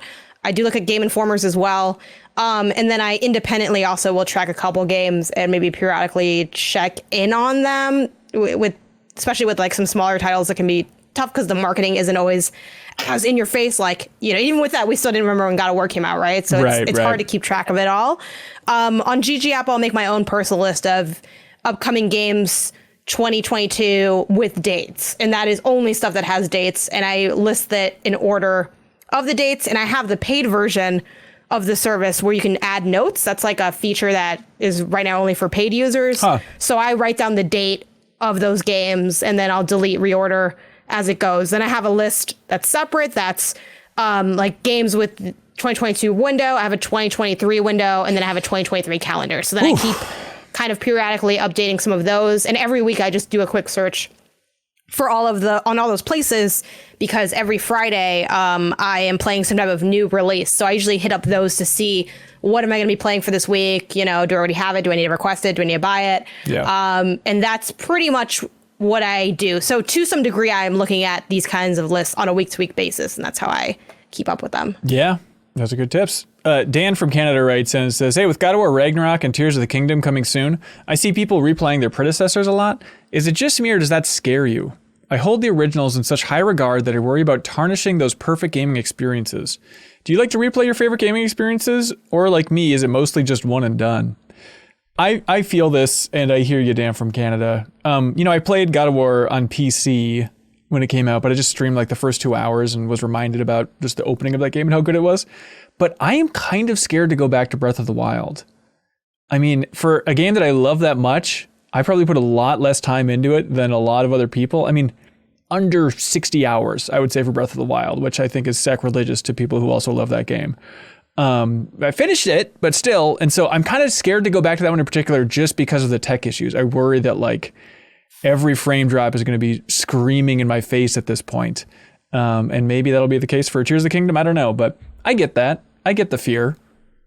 I like to go back and play old things, not necessarily to finish them. Like I like going back and like playing through the beginning again. I don't know. My original memories are never tarnished by replaying something, if that makes sense. Yeah. You know, like I certainly will play games that I loved today and be like, oh wow, this does not hold up well. But that doesn't really make me think any less of the you know, the sort of amazing time I had for it in the past. Yeah. But I don't know. Maybe that's just like a state of mind you have to convince yourself you agree with or something. I don't know. Nothing shall change. I don't know. True fan writes in and they say, hey, MinnMax, please help settle this one for my wife and I. This is interesting. Oh, no. You always know you're in a good place when you're turning to the podcast to help settle something. Yep. We're the arbiter of sanity around here. Do you wash your new clothes before you wear them? Oh. Because to me, there's no better feeling than a pair of fresh undies right off the store shelves. That's dangerous. I should wash them, but I'll be honest, I don't necessarily. Really? Yeah. I'm just like, you know what? If I die, I die. Like, I don't. But I do. But I do share with communal. Like, I'm not gonna lie, it is gross. I don't watch them, but I don't. I gotta be honest. I can't lie on the internet. It's not that gross. I do ask though for communal stuff. Like, me and my boyfriend recently got some new towels, and I'm like, do we want to wash these first? Do you care? He's like, I don't care. It's fine. And I'm like, all right, cool. I think I'm not grossed out by much. I'm fine with whatever. But yeah, I like haven't bought underwear in a store in a long time. Yeah. I probably would wash underwear, but interesting. Or Hanson bathing once suits licked a floor covered in chocolate and hair. I think, didn't you? Kyle, this is a public podcast. Please, you cannot. 5 second rule and just For like an hour. stop. We couldn't All stop right. him. All right, everybody. But no, I think I just got used to washing their clothes because everyone would always tell me like, oh, it'll change size a lot. Like, I don't know if I'm buying that many 100% cotton things, but in my mind, I need to wash it just so I have a better sense of how it'll fit when I'm actually serious about wearing it. But that's why I don't usually wash my clothes, because I want at least one wear of it as like perfect and pristine and like the size I intended it to be before I throw it in the wash and then it's too shrunk to wear or it's messed up or something. It's chaos at that point. You don't know what's coming out of that. What dumb question. Help me, internet. What percentage of clothes change size when you wash them? I mean, for like just stupid clothes like I buy, do I need to be worried about that? Small percentage, unless you're like buying really fancy stuff that like has detailed like wash needs. Janet, Which I recently did in wear. Amsterdam, and I threw those in the wash with no regard for how I was supposed to take care of them. They all came out okay. Oh, really? It's a Okay. Mitch Hedberg Nice. joke, right? This shirt is dry clean only. That means it's dirty. Excellent. Good job, Mitch. Coming back. He's coming back to life, y'all. I'm back. Everybody leave a comment with your favorite Mitch Hedberg joke, please. We appreciate it. Chris Logan writes in and says, all right, Ben. Kyle, who's your favorite comedian of all time? Ooh, God, that is a tough question. I have favorites at the moment, right? Like Nate Bargatze, I think, is one of my favorites currently. Right. But man, all time, that's I'd have to think about that. You can't put me on the spot with that. Okay, great. Sorry. Definitive as ever. Chris Logan writes in and says, all right, Ben, you asked about body hair last week. This podcast is weird. Turns out we grow armpit hair to prevent our underarm from becoming airtight when our arms are lowered. This would create a breeding ground for bacteria, which is unhygienic and gross. What about people who shave their armpits then? Are they just naturally more bacteria filled? No, I mean, you still have, well, the thing is, so the way you evolve, like, you don't necessarily need all the stuff that you evolved with to survive. So I think that's like, I mean, you're washing your armpits and you use like other stuff. Okay. Also, you're still growing that hair, usually, unless you get maybe laser hair removal and stop the growth entirely. Yeah, no good. How much nose hair you got these days, Kyle? A lot, actually. Is that the question? Yeah. I think that's just Ben's older. question. Sometimes I'll pull singular long ones that get they're like in the 2 way. feet it's like, long. You're out of here. Like, it's painful. It's like a Sometimes clown tweezers scarf get involved. Man, mental images I don't need. All right. You ever seen a grown man naked, Kyle? Okay, let's move on. David Dubs writes in and says, hey guys, what Smash Brothers character would have their original game improved? Okay, stick with this, because I read this first and I was like, I don't understand this question, but I think it's very good. Okay, what Smash Brothers character would have their original game improved if they carried over their powers from Smash? This is inspired by a GIF that was on Reddit, apparently, of like Mario in Mario 1, if he had all of his Smash moves and just like dunking on Goombas, which is excellent. But yeah, what is the answer? Which game would be better if they just one for one carried their moves over from Smash? I like this question because I am a Fox main, and I just want a good Star Fox game. So you wish that, like, because in Star Fox Adventures, he couldn't do the, like, fire! Like the B up move from Smash, from what I recall, yeah, right? that would be fantastic. Okay. If you could just go around and, like, super mega kick everybody and put up a little shield at all times. Yep, grab those just items. Give it to me. Yep, I think the shield Ice would be helpful. climbers would actually be fun. It's a great point. I thought of ice climbers too, but I'm like, I hate them in the game and their stage. So actually, I don't think there's any saving ice climbers. Yeah. Ice climbers is objectively bad everywhere. It's only bad and less bad. I mean, I guess just having the shield in Zelda would be kind of cool. Like by that, I mean like the full bubble shield instead of just the standard. You shield. have a shield. Yeah, but it's not like a cool full body Zelda bubble. We only played shield. 60 hours of Breath of the Wild, so maybe he didn't get the shield. Yeah, that is true. I think like having the be over for Yoshi in a Yoshi platformer where you're in the egg and you can roll around, I think that would be helpful. And I don't think that's in any Yoshi platformers that I know of, at least. This is excellent. Earthbound wouldn't feel so stiff.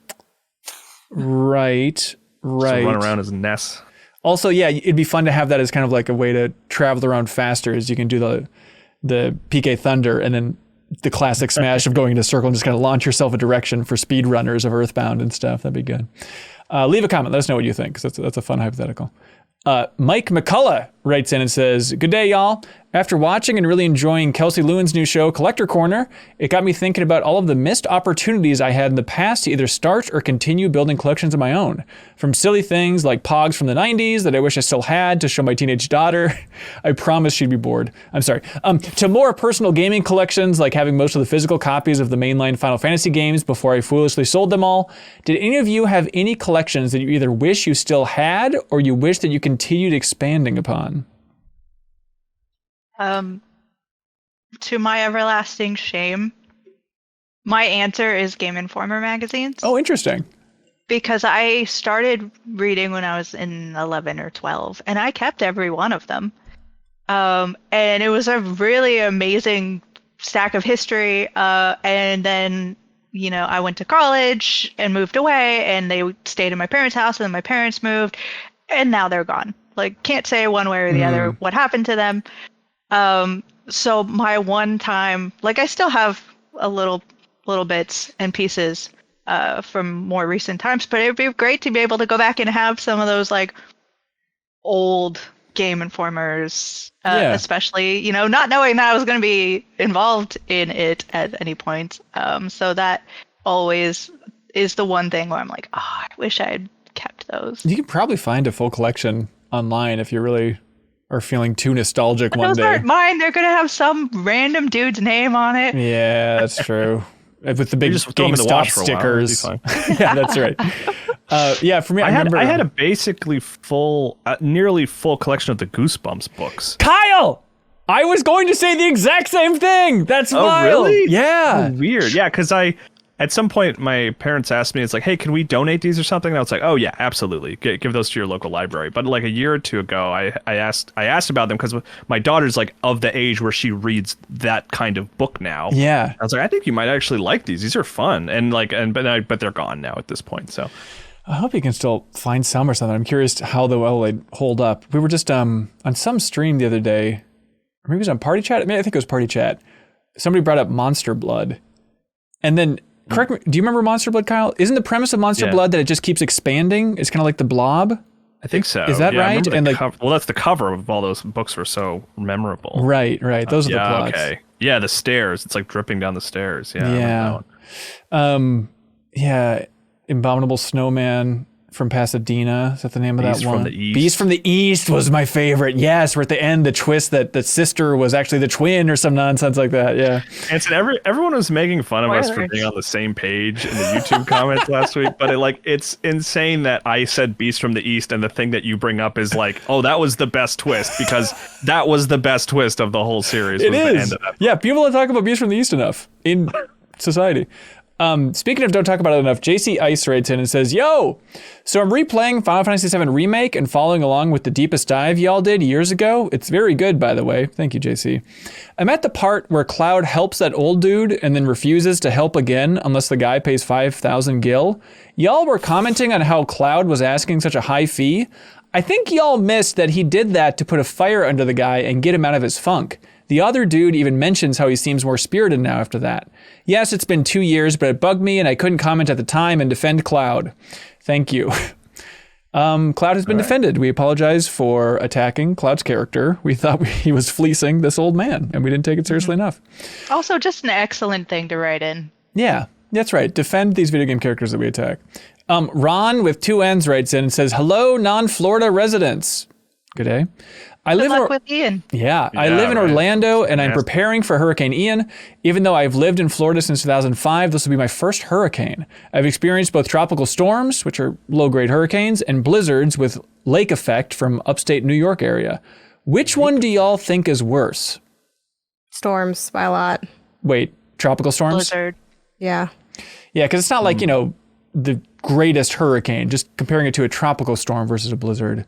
So storms, I feel like storms are doing more damage and probably more unpredictable. Yeah. Yeah. But here's the thing. Blizzards are cold, you guys. I mean, it's not which would you rather be in, which I think I still would pick Blizzard. I mean, for which one I'd rather be in. It just does less long-term damage potentially. Yep. And blizzards, honestly, if you're inside, they're cozy. I think they're fun. Every time a blizzard's happening, especially now that I'm work from home, I'm looking out my window going, woo, woo, woo, more. I just want like novelty stacks of snow because it becomes fun at a certain point. Unless you're on the road, in which case it's a death trap. Yeah, it's terrible. Yeah. It's like, I think both of you guys were here when I was interning and you know my feelings about snow. You hate snow as much as you love Tunic? I basically, when I got the job at Game Informer, I was like, I'll do anything, but you can't make me move back to Minnesota. It's cold. Yeah, I guess that's cool. Jason Wojnar writes in and says, hey, do y'all like 30-minute sitcoms? I guess the cutoff would be like anything pre-Seinfeld. Because a modern sitcom's 22 minutes now? I guess that's what they're going for. They say The Honeymooners, All in the Family, and Night Court are 3 of my favorite TV shows ever, and I'm only 28 years old. Am I a weirdo? No, Jason. No, you're doing fine. I've never heard of those, but you never heard of The Honeymooners? All in the Family? Really, no. Oh, interesting. All in the Family I've heard of. Yeah, okay. I'm gonna stand up with Janet on this one. Like that's pretty before my time. Yeah. And I read this question. Also, what is their question? Are they just? Do they have a question? Do you like 30-minute sitcoms? I'm still confused about. I mean, isn't that what She-Hulk is? Yeah. Well, that's confusing. Kind of. You know what? I want to have a good day today. I don't want to talk about She-Hulk, but. Wait, you turned on She-Hulk? I've never been pro She-Hulk. Let's not make this a I'm Marvel very thing. pro She-Hulk. I don't do I'm Marvel all in. content. I keep that in for fun. Okay. Let's have a good day. Let's have a good day. I get mad for fun on my private time. I understand. Yeah, I thought was this not the question of do you like sitcoms before Seinfeld? Was that not? Well, that's question? kind of the way I thought. Slack. That's the way I thought that he's framing it. But I think Because Cheers would be one that I'd put on that list. Then if Cheers it's just holds up. pre-Seinfeld. That's Frasier. Frasier. Yeah. Well, Frasier's come out post. before Seinfeld though. Probably No. It's after. mid to post. Yeah, it was after. Yeah. Yeah, this question was interesting because like I love sitcoms. Like it's still Yeah. my favorite type of television to watch. And I did have a moment where I was like, man, did I were there a lot that I watched before Seinfeld? And there weren't a lot. There was like a period of like as a kid where I watched a lot of Nick at Night, Yeah. right? So I would watch like Get Smart and The Munsters and I Love Lucy and stuff like that.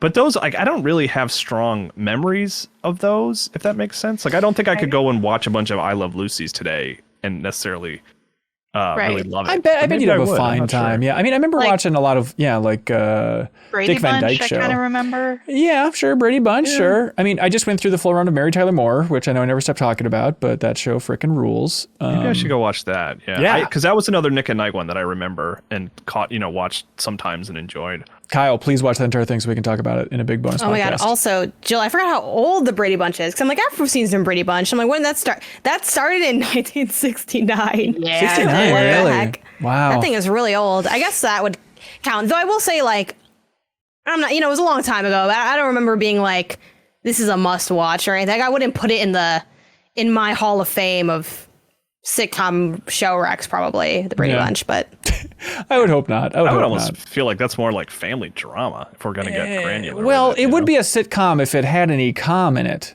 By that I mean it's not funny. Hey, Kevin Kennedy writes in and says, "Hey, MinnMax." really, there were so many of them. None of them got you. No, not a single one was funny. Not even the little ones. Hey, MinnMax, my brother's wedding is coming up in a few weeks and has got me thinking, what video game song could the DJ play that would bring everyone out on the dance floor? The Tetris theme song, if you Janet? get to the right kind of house music. I literally wrote that down, the Tetris theme, because like a lot of people know it, and even if you don't, well, I think it's a couple things, because a lot of people know it, and if they don't, it's just a silly song to dance to. And I think if it's a good wedding and booze is flowing, some people would try and do the Russian squat kick dance. Like you can get a lot of good physical gags out of the Let's give Tetris a lot of theme. credit to people who might not know Tetris to know that it's a Russian game. I guess you're right. It was Oh, one guy at his computer a long time ago, and he said, "Hey, I'm working on this on the side." I love you, Medjai. Honestly, the Mario theme is the one that's like everyone kind of knows. And Like the one from the show where it's like, swing your arms How do you from dance side to it, to though? side. You mean the dun dun dun? That one? Yeah. Swing your arms from side to side. Come on, you And know, then you're it's doing the time Mario. to There's go a do the whole Mario. lyrics to explain what to do. Yeah. Yeah, I was thinking like, is there some, even just, for bringing parents to the dance floor, is there some song from like Persona 5 that's just like too funky not to get out to the dance floor to? But even stuff like Last Surprise, it's like, I think people would kind of be like, what is this at a certain point? As iconic as it is. So I asked this on Twitter, and there are a couple suggestions. Well, there were a million suggestions that were good. There are a couple that really popped to me. Multiple people suggested Yakuza 0, a song called Friday Night. And I was like, I don't know. But if this is playing at a wedding, I think it's doing the trick. Here we go.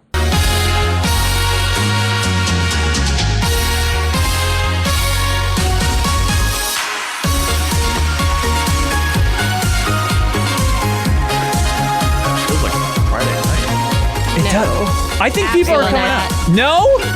No, you put that on, and no, hell no. What about this? No, I think for what's it called?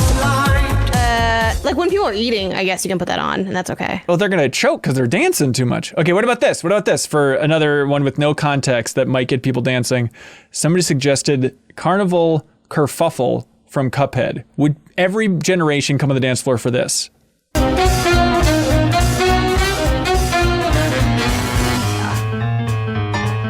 Only if it was a wedding that played that kind of music, where like people dance to that kind of music. So it needs to be like a Yes. swing themed dance. A lot of angles Also- to thing. There's no such thing as a song that gets everyone to the dance floor. I had to harass my dad to do any dancing at my brother's wedding. And you're saying your dad was- would not dance to this? Hell no, but dude, my dad would barely dance to anything. Like he had to really, like all of his whole little table of old people, none of them wanted to dance. Yeah. They're That's like, hey, I'm not horrifying. doing Like a this. core Like, it's of, okay. This is Yes. the dance table I'm going to make sure that I have them ready to go right next to the dance floor. And the old they'll start the people party. didn't dance, and They the just didn't awkwardly watch. aged younger people don't like to dance either because they're like, it's too awkward. Like, I don't know anybody. Well, yeah, here. it's And I'm awkward. like, You have to I'm embrace not the old enough to drink, awkwardness. so yeah, no. All right, keep the suggestions What you rolling, can throw everybody. on is Toxicity by System of a Kyle, that's a Down. silly idea. Let's see. We have Joe Kefchinsky writes in. Oh, yeah, I don't know if you heard about this, but they say, in a stunning act of collusion, the entire video game industry has come to an agreement that the current marketing cycle for games is broken and needs to be replaced. There are two options that are available. We must choose one of these options for every video game. A, the demystifying game dev option, or B, the tell us when it's ready option. So A is every step of the process is documented, B. fully transparent for every part of the game, or B, it's just bam, here's Tears of the Kingdom, go. B, because can you love imagine B. how bad all of our shows would be if we lived in the world of A?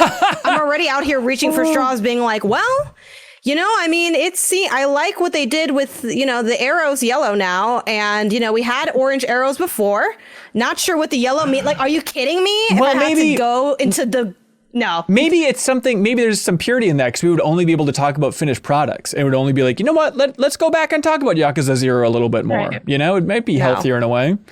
Because I feel like World A would ultimately lead to World B, because we would just wait until the finished product was out to be able to say anything about it, because we'd just be like, yep, that's a iteration of the thing that we talked about last week. So it's the theory that if Last of Us Part 2 was in early access for 3 years, that we would just, the entire industry would be like, we're not going to look Right. at it. We all take a vow. I mean, that is what we do for a lot of early access games anyway. It's like they pop out on early access, you talk about them, you check them out, and then they disappear for a few years while they're developing, and then pop back up again, and then we talk about them and check them out.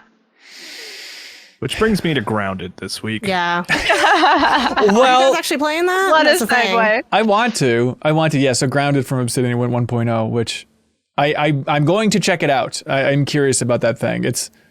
They have 10 million players. They can't all be wrong, right?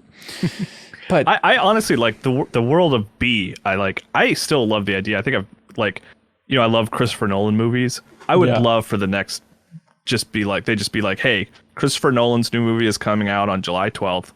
That's all we're gonna tell you. Right. No trailer, nothing. also, don't Hope look you into like it. Don't look into the life of Oppenheimer. Don't just. No, I don't even want to know that. Yeah, don't do it. Don't do it. Hugo Pereira writes in and says, hey, have you heard of Atlantis? Watching Ben Hansen play through the Indiana Jones game on Twitch made me curious to think, these days I think you'd be hard-pressed to find somebody who doesn't know about Atlantis, but in the 1940s, what percentage of the world population do you think knew about Atlantis? I think that's pretty timeless. I mean, yeah, I could see in the 40s, there were probably plenty of books out there that talked about Atlantis. Maybe not as many Might as have like the been 90s. books They existed. didn't have to deal with a bunch of different cinematic universes and Well, but I what's think in happening the with Spider-Man right now. Like they just had a few things, and one of those things were Atlantis. yeah, I think the 40s, maybe the 20s, was that time of like going in and doing expeditions and stealing things from other people's countries, and so I think Atlantis might have had a popularity spike around that time of people being like, "Is this real? Could we find it?" I wonder though. I'm thinking too much about like how much of a cultural shift was there with like UFOs in the early 50s, and then Bigfoot feels very 70s. What are Is that UFOs? I'm sorry, NPDs, whatever they're called now. But then like NPDs. the It's UAP, right? yeah, the Bigfoot NFTs. footage, what the Patterson footage was that like 70s or something. So I feel like 70s is very Bigfoot era, and I feel like that's opening the door to a lot of these types of discussions. Not to say there weren't fun myths and stories before them, but kind of like the cheap pop culture version of like, oh, isn't it fun to talk about all these maybes in society? I don't know if that was a big thing back then in the 40s. But I So mean, what- it was, because I mean, you think about like, oh, his name is Schliemann or something like that. But there's a dude who was a rich dude who just had nothing better to do at this time, who read a lot of like stories about the Trojan War. And at that point, scholars didn't actually believe it was a real place. And he was like, you know what? I got enough money. he bounced over and discovered Troy, screwing up a lot of things. I censored myself. Thank you. He's gonna get it. And actually finding it. So like there are a lot of like historical accounts of people being interested in this sort of thing, and I think that sort of mania started around the early 1900s. And it might just be that we're in a bias where we don't look at old people are old, so we don't pay attention that much. But I think the popularity spike might have been for Atlantis in that time period, because you see, there was a very great movie, I think it was DreamWorks and not Disney, about the finding of Atlantis, and they're all kind of old-timey, like... No, that's Disney. Yeah, it's Disney. Was it Disney? Yep, it was just kind of the dark period. But and there's a reason that they're sort of in 1920s-ish clothing, and the same thing with like 20,000 Leagues Under the Sea. So I think we might be under the spike for that time period. Okay. All right. So we're going with 40% of the world. Joran writes in and says, hey, Jill and the MinnMax crew. Recently, a tool-assisted 100% run of the PSX Zelda-style game Alundra was posted online. Kyle, have you ever seen Alundra on the PS1? Yeah, I played it a little bit, very little bit. I remember I bought it for my Vita and downloaded it and played it a little bit because I had heard the Zelda correlation. So. Yeah. It looks cool. I've never checked it out. But anyways, it reminded me of an odd moment in gaming. And this is some good dorky stuff, but thank you for writing in, Jaron. They say, the song Requiem from the Alundra soundtrack is reused as the song Kara's theme for the Legend of Legaia soundtrack. These games have no relation to each other, plot, theme, characters, etc. So when I heard the song in Legaia as a kid, it confused the heck out of me. Has this been done in any other game? Reused assets between games that aren't in the same series? I love this. I had never heard this, and I looked it up, and I love Legend of Legaia, and I guess both games were published by Sony, but it's not like a sound-alike. It is just the same song used in these two completely different franchises. I don't know if it's the same composer. I gotta look into this one.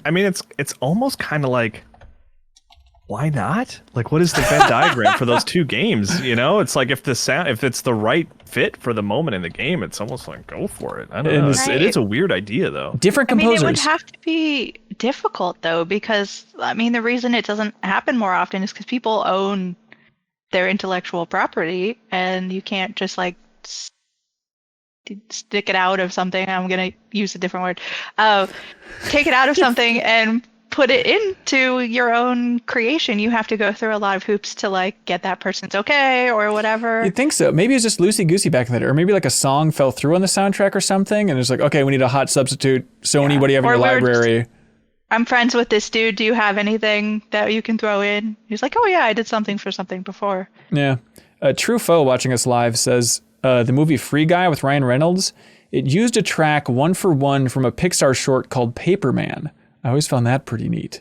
That's weird.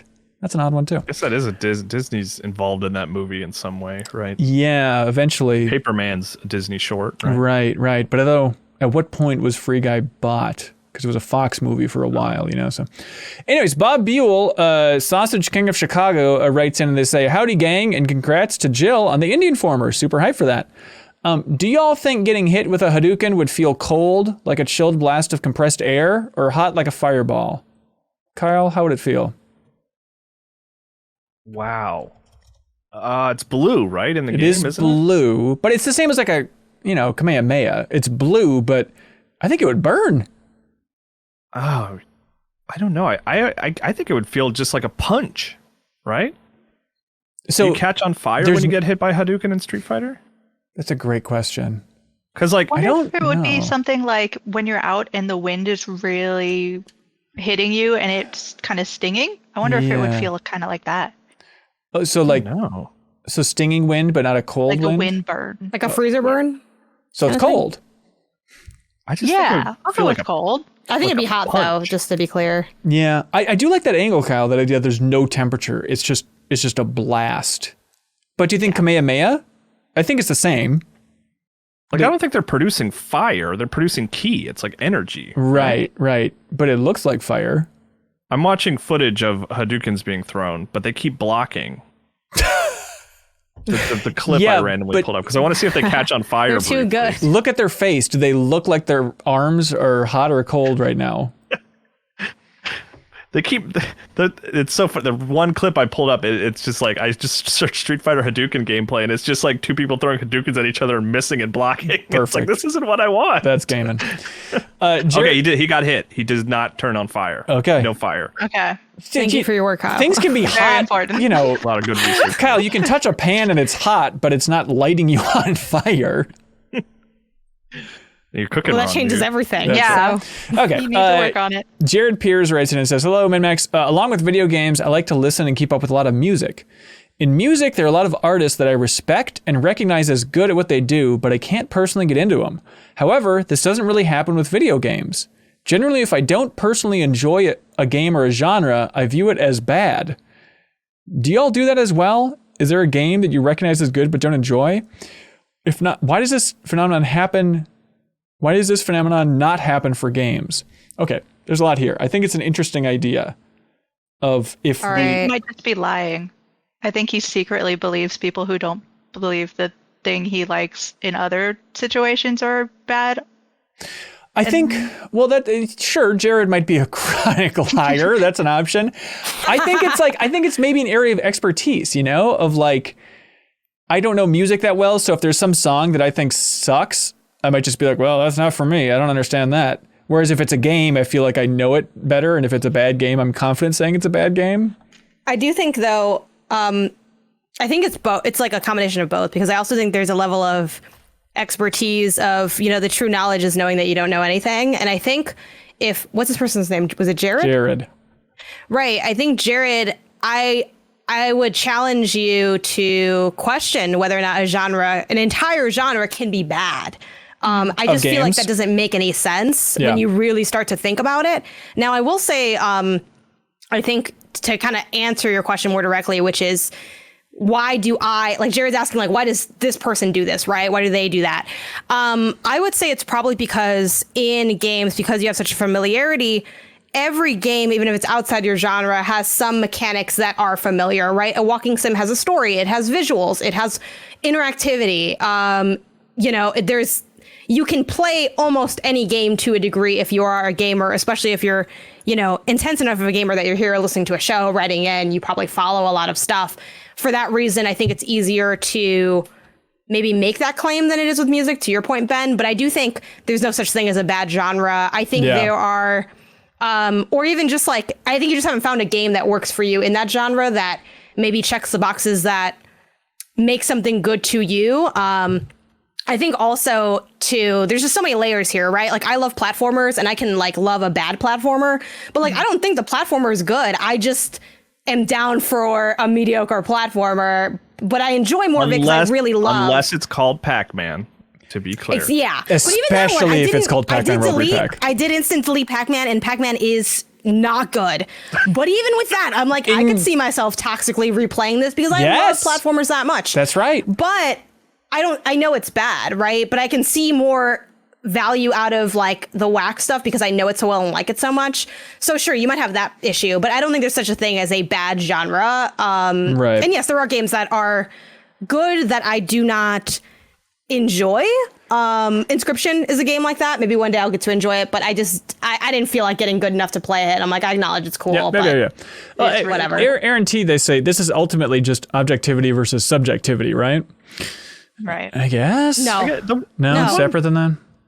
The one thing that came to mind for me was like music is a passive form of entertainment where like video games are interactive and like you can sort of identify if you press a button and it doesn't really work on screen. Right. That's a problem where you won't really encounter. You can hear a bad musician who's not good at playing musical notes, and maybe that's sort of the similarity, I guess.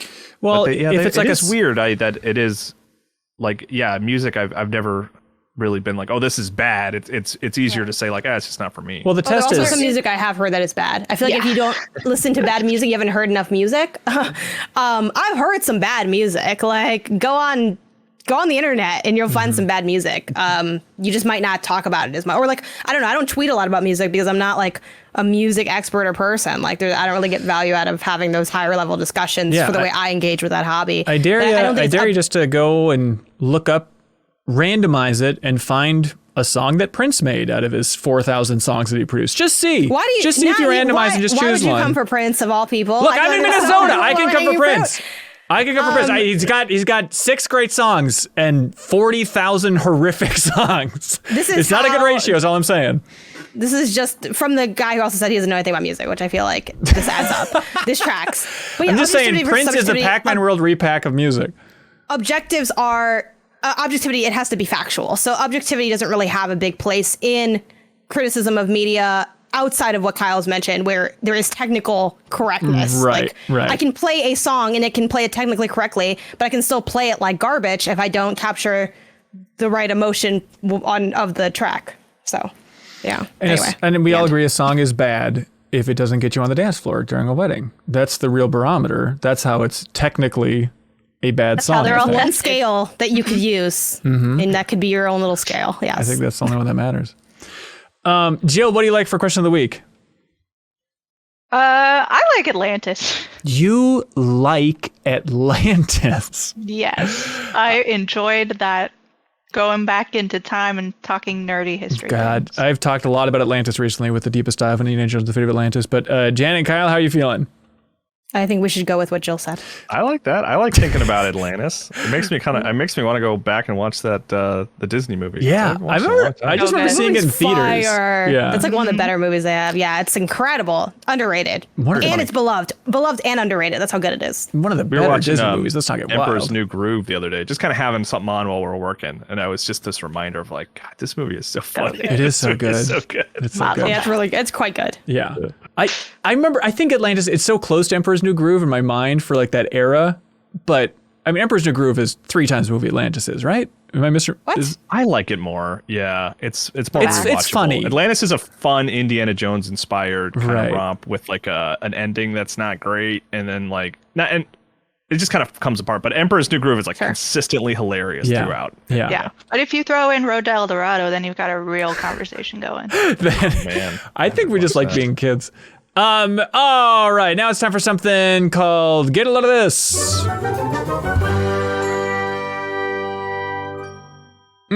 Jill, you don't have to go if you don't have one. Sorry, I forgot to remind you. I do have one. Okay, great. Then you're going first. So unfortunately, it's very visual for all the audio people, but there was a fantastic image. Let me double check where this is from. Sarah Neves Schwag? Don't know how to say that last name. Created a Tunic illustration that is a beautiful watercolor of just a little fox reading a big book, and I love it so much. And I can't show it to you, unfortunately, but there's a link below. We will give you a link to check it out. Please check the description, everybody. Hey, get a load of this. I was listening to the Rest is History podcast, which is a good history nerdy podcast. But when Rings of Power was releasing, they had a couple episodes about Tolkien and Lord of the Rings and stuff. And I learned a little factoid that Frodo's original name in Lord of the Rings was Bingo Bolger Baggins. Master of words, Tolkien. Master of words with Bingo Bolger. Janet, what do you got? Get a load of this. This is a little bit old at this point, but they are putting Ted Lasso in FIFA. Yeah. This year, FIFA 23, and that team from that show is AFC Richmond. So that's awesome. And also, shout out to me because I called that like a year ago. Shout out to me. 13 months ago. That's right. Don't be afraid to shout yourself out. You know? Okay. Little lesson for you with my factoid. Also, FIFA came out, I think, yesterday. So happy FIFA 23 to those who celebrate. Were there rumors? Can you help me with this? Because Ted Lasso, great show, really love it. There's like a bit where the actor who plays Roy, everyone says he's a puppet. Is that it's like a meme? Do you know about this? Is this like a TikTok thing? I don't know about the puppet thing. Okay, because like the Ted Lasso Twitter account shared, I've got goosebumps seeing my guys in CGI is so weird. He shared the trailer, and then he says, except Roy for some reason. which I think was like a shout out to that meme joke that the actor that plays Roy is like not a real person. Huh. And it started my reaction. It's like, I think that's very funny, but I don't know the whole story. I think that's a very funny joke. I'm sorry, I can't help you laugh at this joke. But one day you're going to get there, and boy, I tell you, you're going to really yuck it up. Weren't there Tell rumors? me why this is good. This is basically what I wanted. Was this fan theory, or were there rumors that Ted Lasso was going to be in Multiverses as well? Because that's a Warner Brothers production. I think just kind of I could have sworn I saw fun that. speculation of like. But there's so what many IP leaks could with like be character there. rosters that I can never keep track of what's real and what's not. Kyle, you got one? Yeah, get a load of this. This was, when did he tweet this? Yeah, like back in August. This is Edmund McMillan shared this. He's the creator of Super Meat Boy and many other games. And he shared this video. The video is like 2.5 minutes long, and it's him making a game in WarioWare DIY. Okay. And he said, 12 years ago, I made this video for Nintendo. I don't regret it, but it was one of the most grueling experiences of my life. I can't act, and the lead got mad when I ad-libbed, even if it got a laugh by the lighting team. And he said, this tiny video took 8 freaking hours. What? And then you watch the video, and it's 2.5 minutes, and you're like, it's fascinating to watch him like play the game and figure it out and make a little Meat Boy thing in a like a WarioWare game. Yeah. But it's like, God, what were they doing for 8 hours? Like, why was this so hard? It's really interesting. And it's also fun to see him just like be involved in like Nintendo marketing in a weird way. It's just kind of a strange thing. It's weird now too, thinking about like more people know him from Binding of Isaac than Super Meat Boy at this point, right? Yeah, I guess so. He'll just always be Mr. Meat Boy for me, even though he's like totally separated. Please, Mr. Meat Boy was my father. From that franchise. He's like not involved in it in any way at this point. Yeah. But, yeah. Hey, get a load of this. In the MinnMax Discord, there's a whole channel dedicated to people throwing a bunch of gallets in there, as they call them. Forrest with 2 R's shared a link to an IGN story that apparently Brendan Green, the creator of PUBG, is working on a new metaverse game which features NFTs and blockchain. It's called Artemis. And Brendan Green says, talking about metaverse, he just says, I'm just going to do what I'm going to do, but it doesn't matter if it's called the metaverse. I don't care what people want to call it, which is like, I think that's the right attitude to have if you're making a quote unquote metaverse style game, but then having a bunch of blockchain and nonsense in there. It's like, okay, that's a specific choice and a specific angle. Yeah. Jill, what did you think about Game Informer's NFTs that Game Informer is not involved with in any way? Absolutely livid. Yeah. Yeah, I think I flippantly said when I was kind of jokingly asked about it, it's like, can I curse on the show? So I'm trying not to. No, you're fine. But yeah, it's horrific, and it tracks with everything that GameStop's been doing to Game Informer. Yeah, it's nice at least if there's any silver lining to it. It's in the GameStop executives' pockets.